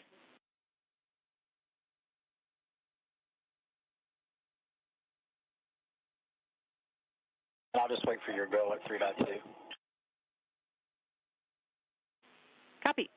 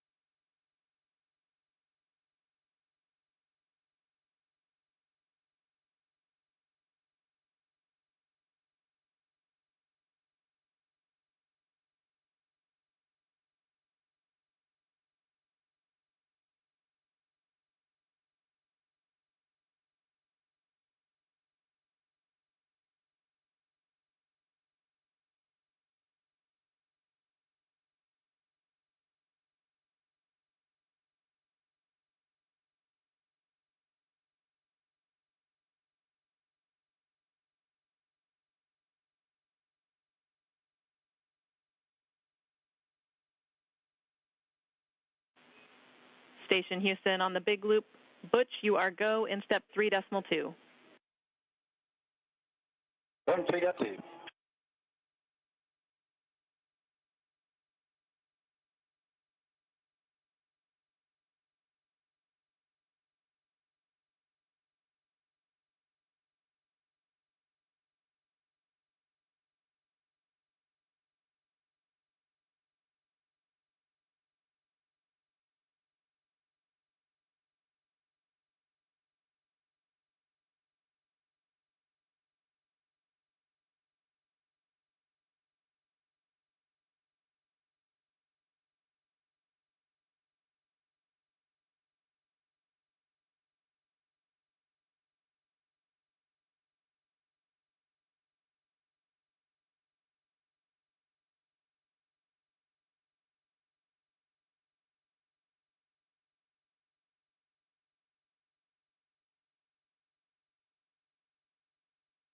All right, Houston, step 3.3 was 5:03 on the time, and we're waiting our 5 minutes. Houston copies.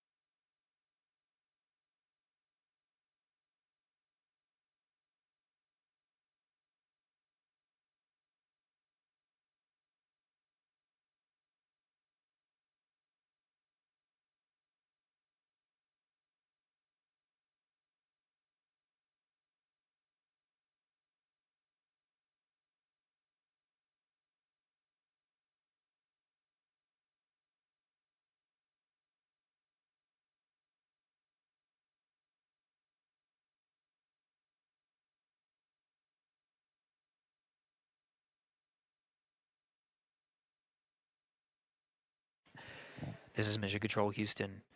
You're getting a live view inside the International Space Station. Expedition 72 crew members gathering inside No. 2, smiles across the board, waiting in anticipation for welcoming the crew aboard the International Space Station.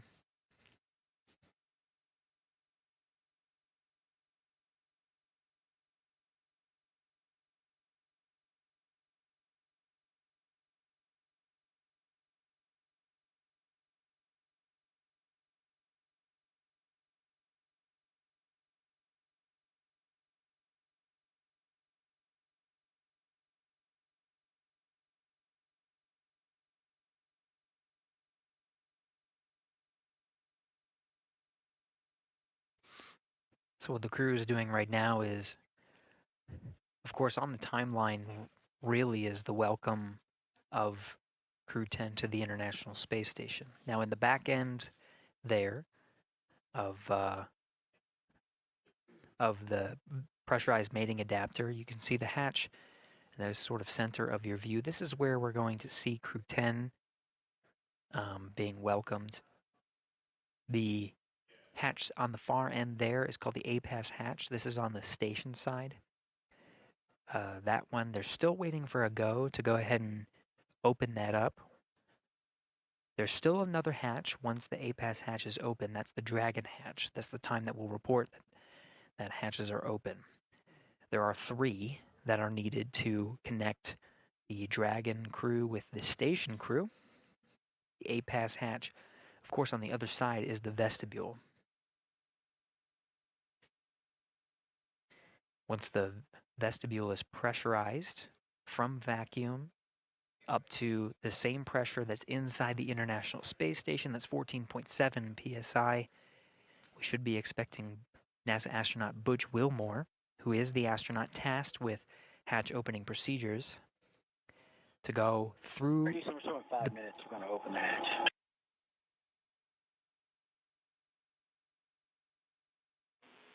Houston copies. And there you have it.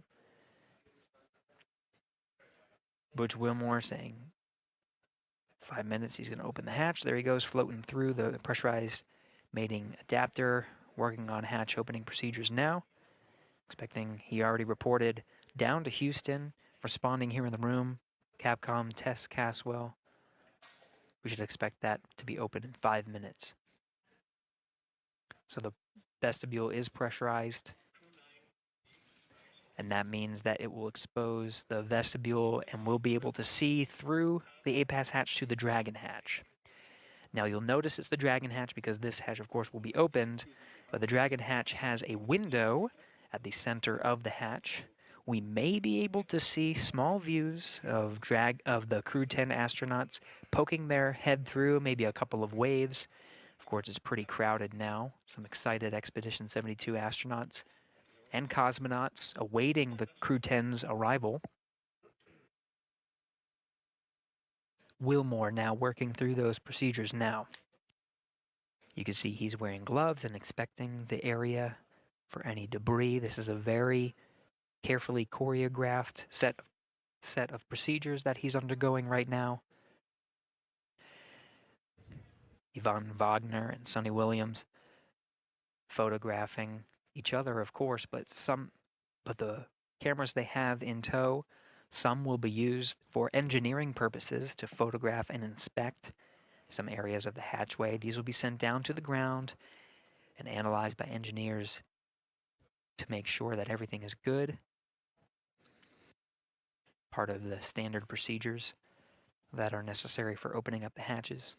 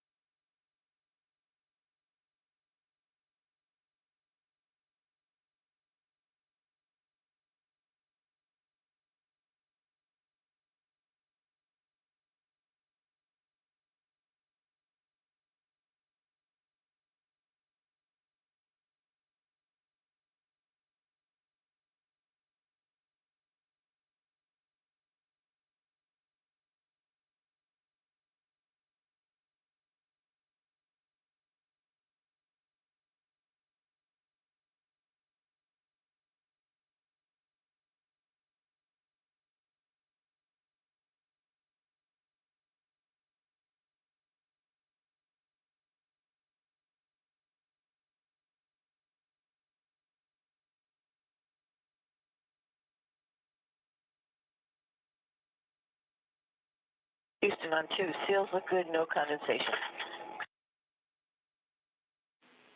Houston copies.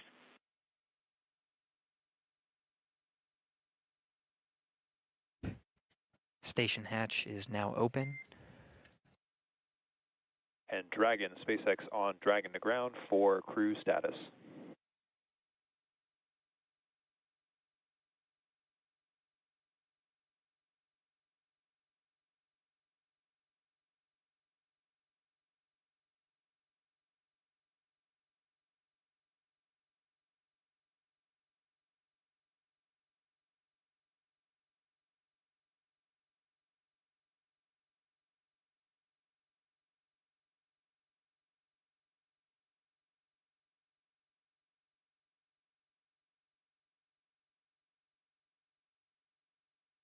Mike, it's Vapor on Dragon to Ground. Go ahead.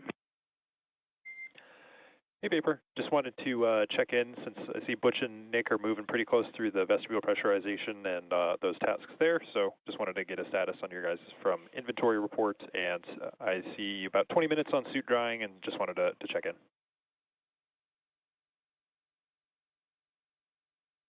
Yep, we're tracking about 20 minutes on suit drying as well.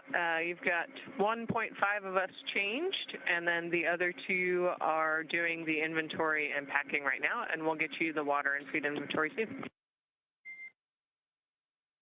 Okay, SpaceX copies all.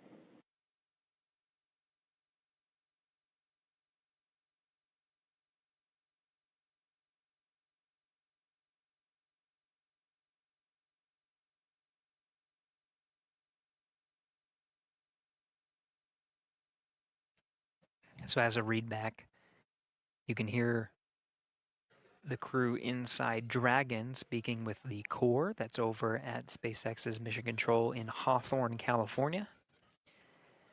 The crew on the other side of the Dragon hatch does have some procedures to go through. You heard they have some time on the suit drying, and then they have additional procedures ahead of them before they open up their hatch.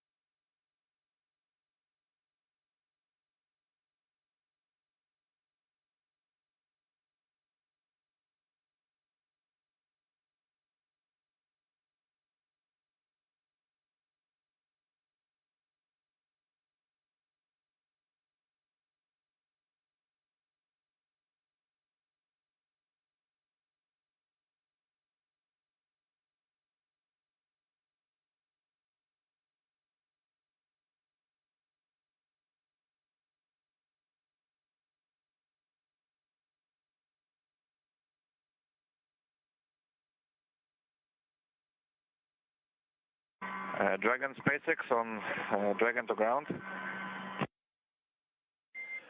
Creel, I've got you 5 by 5 on Dragon aground, and I am ready to copy the inventory report. Yes, all right. That's what I'm calling for. So we had water from station 11 and 12 from 202. We had 5 bottles. Them for 203, 5 bottles. For back 204, 4 bottles. Okay, I copy bag 202 and 203 were 5 bottles each, and 204 was 4 bottles. Affirm.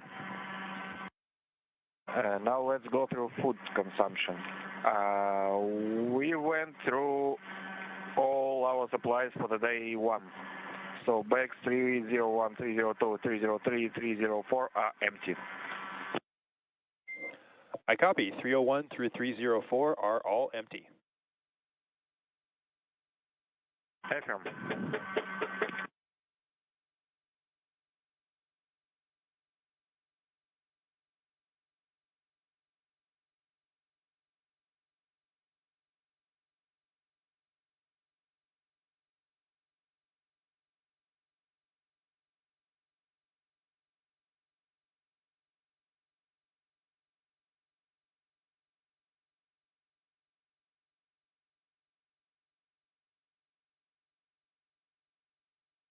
In Houston, we're up to step 4.9.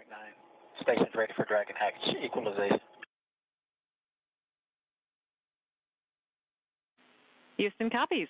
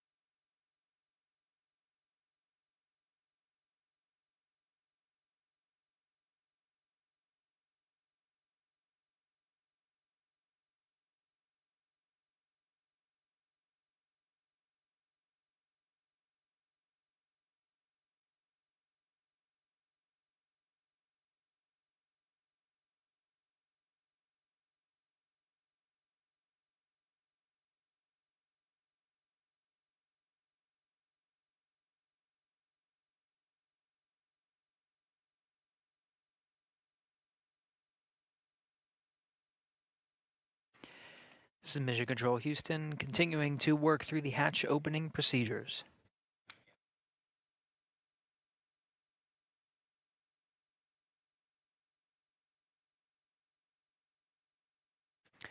Outside of some of the channels that we patched through, that's part of the Big Loop communications. You could hear Sonny Williams and Don Pettit use a microphone to set up for the welcome ceremony that will be occurring shortly after Dragon Hatch is opened. Once again, the 8-pass hatch is opened. You can see the crew in the back has been configuring the hatch. Once it's opened, they scan the area for any FOD or foreign object debris, and they photograph some of the area. That was some of the flashes you were seeing. Those images are downlinked to teams here on the ground, engineers that analyze and make sure that everything's safe. As precautionary measures, they detach the docking target. That's an extended pole that sticks out from the center of the 8-pass hatch on the other side. That was used as literally the target that we saw as Dragon was approaching the forward hatch. So that was removed. The hatch itself is covered with some fabric. All of these safety measures to protect the crew as they ingress into the International Space Station and again are greeted by the Expedition 72 crew. Now on the other side of the hatch, the Dragon crew has their own set of procedures, while the station crew is focused on ensuring that hatch opening procedures are underway. They go through those step-by-step written procedures that have been directed and sent up to them from the ground to make sure they're doing everything safely. The same thing is happening on the Dragon side. The teams in Hawthorne, SpaceX teams, are walking the Dragon crew through their closeout procedures. They have to dry their suits. They have to change into their garments that they'll wear for the welcome ceremony, similar to, polos and attire that you see here. We'll see the Dragon crew wearing, ideally, something similar, and they'll. Dragon on the big loop.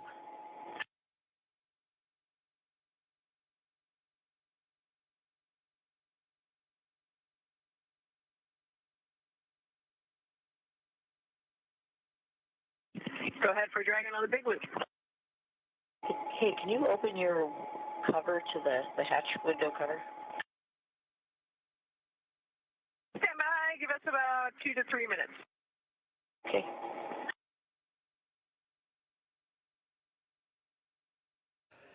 The excitement in the International Space Station is real, Sonny Williams. Over the big loop, again, the big loop configures the audio channels such that the crew inside the station can communicate directly with the crew inside Dragon. At the same time, those audio loops are patched through to control centers here in Houston, as well as the SpaceX Mission Control in Hawthorne, California. Everybody can talk on this loop. Sonny Williams, of course, eager to greet Crew 10 and welcome them aboard.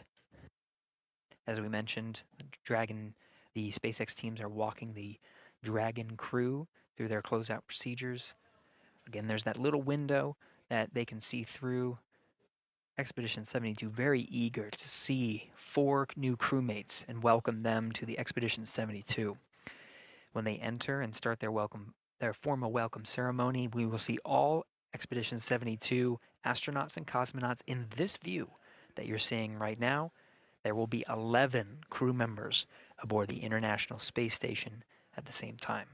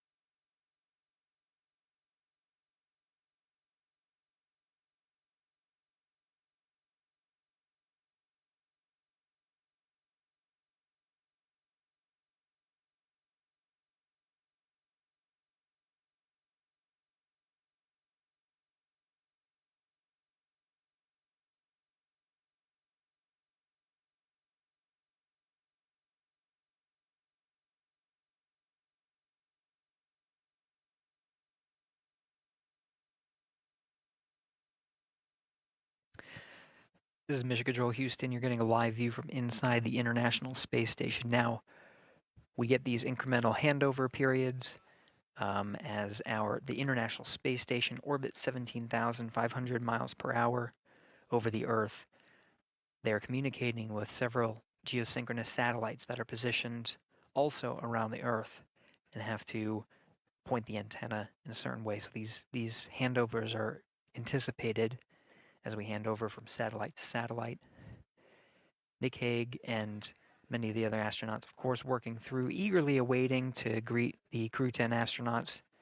You saw the mask that Hague was donning. That is still Hague. He and the other crew members are working through the procedures. Though they are quite excited, you can hear the tone of the crew on board. Go ahead on the big loop. Okay, we are complete through section 5 of 4.400 and ready for hatch equalization. And then for 4.012, we're tracking 42 minutes of suit dry time in section 5.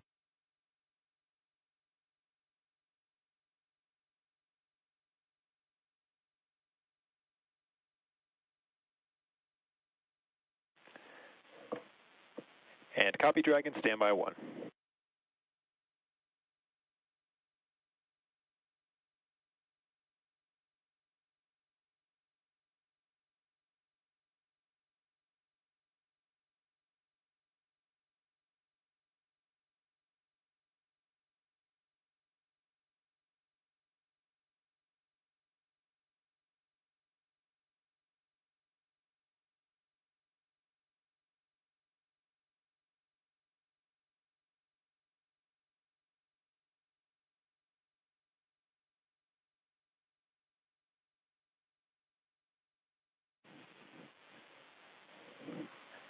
And Dragon SpaceX on the big loop. At this time, you guys are go for hatch opening per decal, followed by your remaining actions in section 6 of 4.400.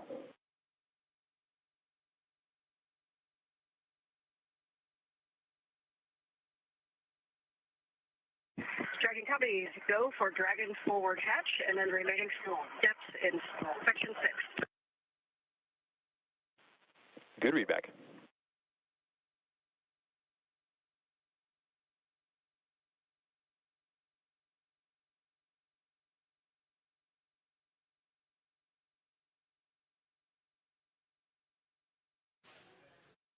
So you heard that call on the big loop. Crew inside Endurance is getting ready to open up that hatch. Of course, the crew Expedition 72 crew has gone through their procedures to safely open up the hatch. You saw a couple of photographs. You see in frame there on the bottom left, Yvonne Wagner doing some closeout photography, as well as a few of the other Expedition 72 crew. Now it's up to the Crew 10 cadre to open up the Dragon hatch. Once that hatch is open, all hatches between the two spacecraft will be open and Crew 10 will be able to float through. Now, oftentimes, there has been a gap in time from when the Dragon hatch is open to when we actually see the crew float through. It will be at the crew's discretion and the timeline that they have with the Hawthorne teams on some of the closeout procedures that are necessary inside the Dragon cabin before they can say yea verily that they can float through and be welcomed, start the ceremony. So we'll just stand by, listen in, see how they're doing, and follow along. We're continuing our nonstop coverage of Crew 10's arrival aboard the International Space Station ahead of a formal welcome ceremony as Crew 10 joins Expedition 72.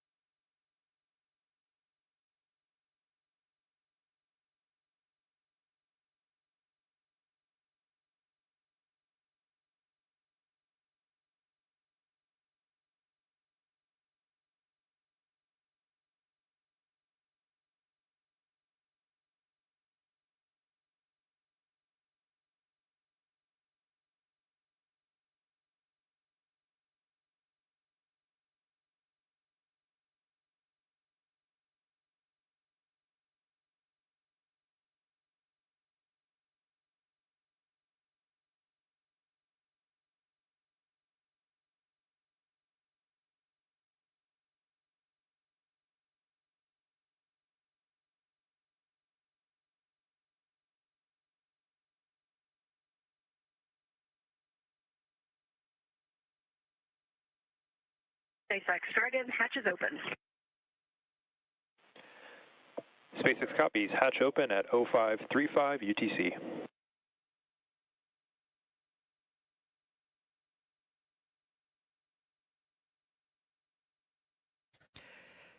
And there it is, confirmation that the Dragon hatch is open. That time of hatch opening is 12:35 a.m. Central Time on March 16th, 2025.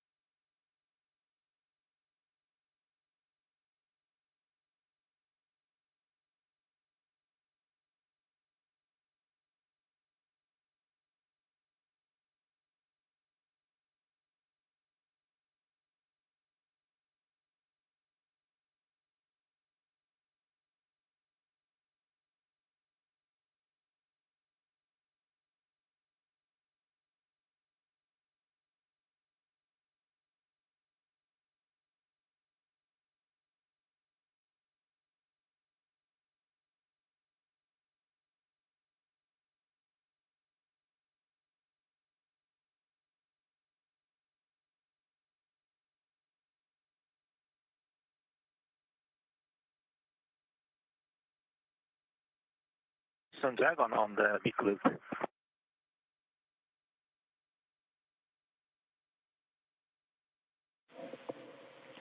Go ahead, talk.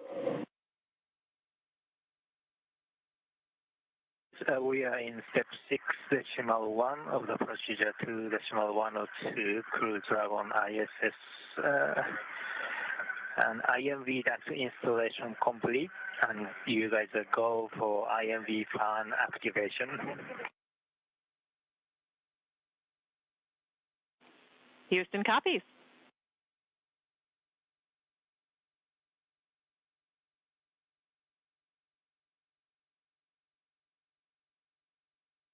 And Houston Dragon, do we have a go for wire cartridge config?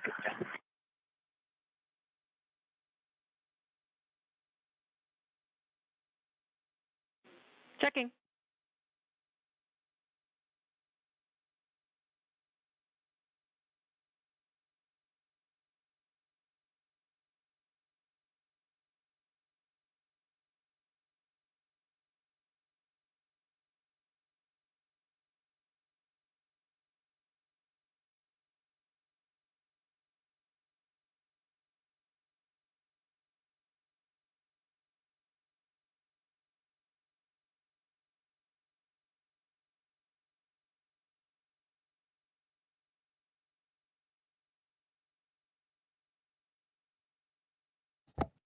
Standing by for words from Expedition 72. You see the bell in position that will be rung. Audio will be streamed down of the bell welcoming the crew. More Expedition 72 members coming through. Houston, you are go in step 6.3.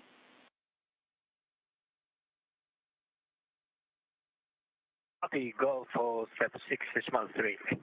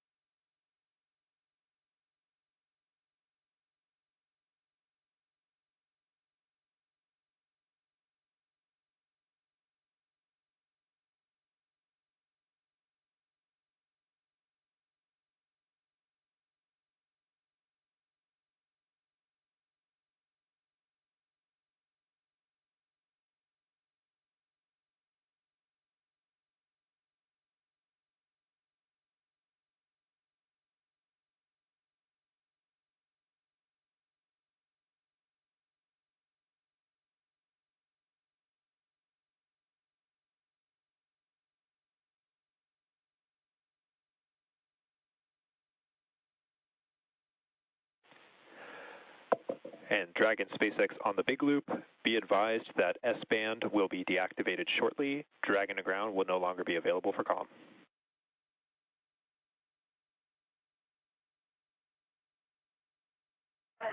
Dragon copy.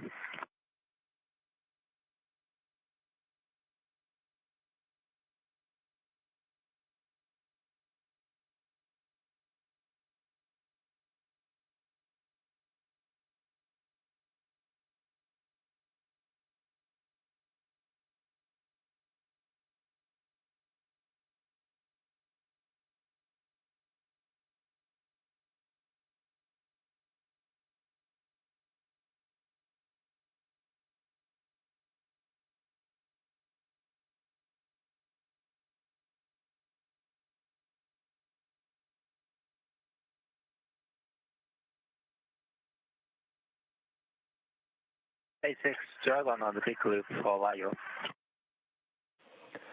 Go ahead for LIO. Hey, the LIO cartridge is sealed and installed. LIO cartridge 1 is now in active slot with the sealed.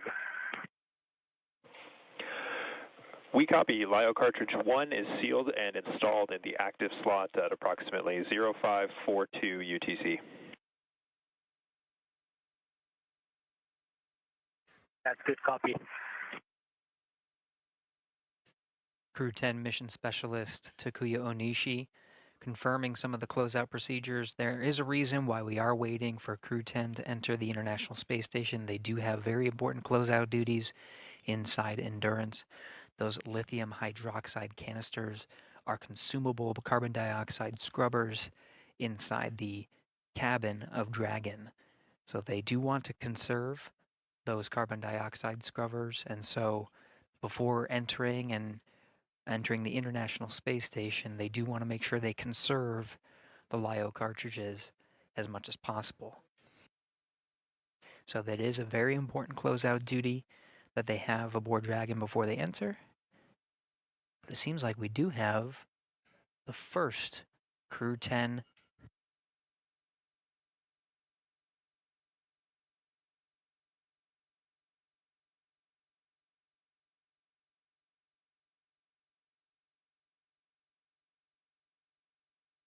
Onishi, the first Crew 10 astronaut through the hatch,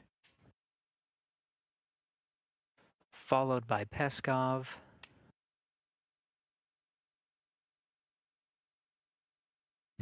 Nicole Ayers, the first of the Fly's newest class of astronauts to enter, and last commander of Crew 10, Anne McLean.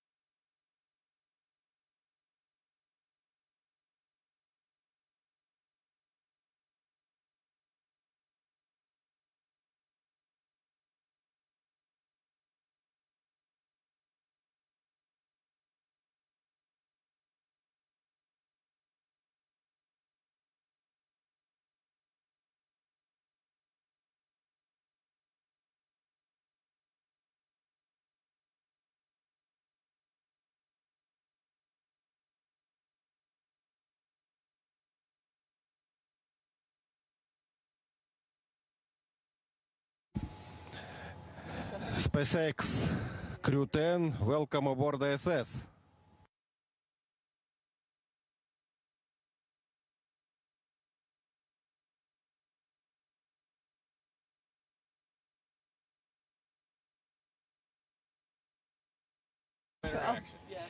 Well, hey, everybody down there on Earth. You're not hot on the mic. I know. Is the receiver? Oh, yeah, we're on. Okay, got it. Okay. All right, They I thought, changed at the last minute. Got it. thought I lost my touch there for a sec. Hey, Crew 10 has had a great journey up here, about 28 hours to get back up to the space station, and I cannot tell you the immense joy of our crew when we looked out the window and we saw the space station for the first time. Returning for a couple of people, very first time for a couple of people. And let me tell you, that is such an amazing journey. You can hardly even put it into words. The ride up on the Falcon 9, orbiting the Earth for the last couple of days, it's been absolutely incredible, and it is something that none of us could do by ourselves. As we've said before, you cannot be great without the greatness of others, and I tell you, the greatness of the ground control teams have really shined through in the last few days getting us up here safely. Thank you very, very much.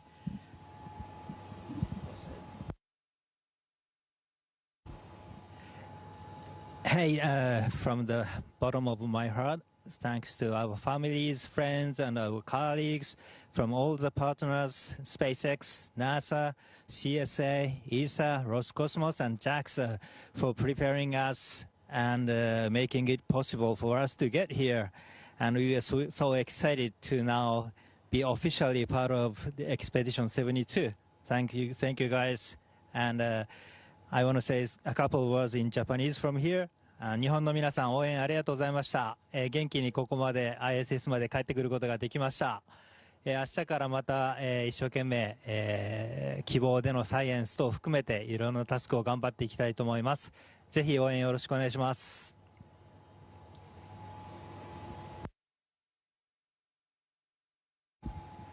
Okay, thank you. Thanks a lot. Thanks a lot one more time to SpaceX and NASA for this wonderful ride. That was really fun. And thanks to all the world's aerospace industry, which works to make the dreams to come true and to take us further and further. That's really wonderful. Thanks to everyone working there.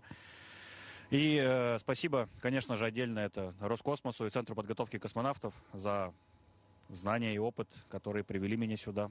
Будем работать славно, работать дружно во имя, во благо всего человечества. Передаю микрофон.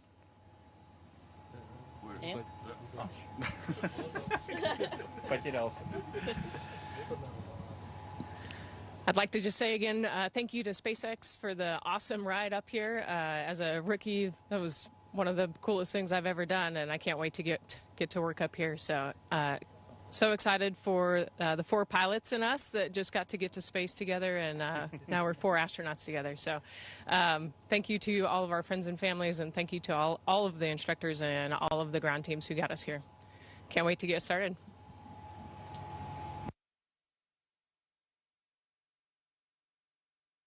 And Houston, thank you for tuning in this early morning. It was a wonderful day. Great to see our friends arrive. So thank you so much.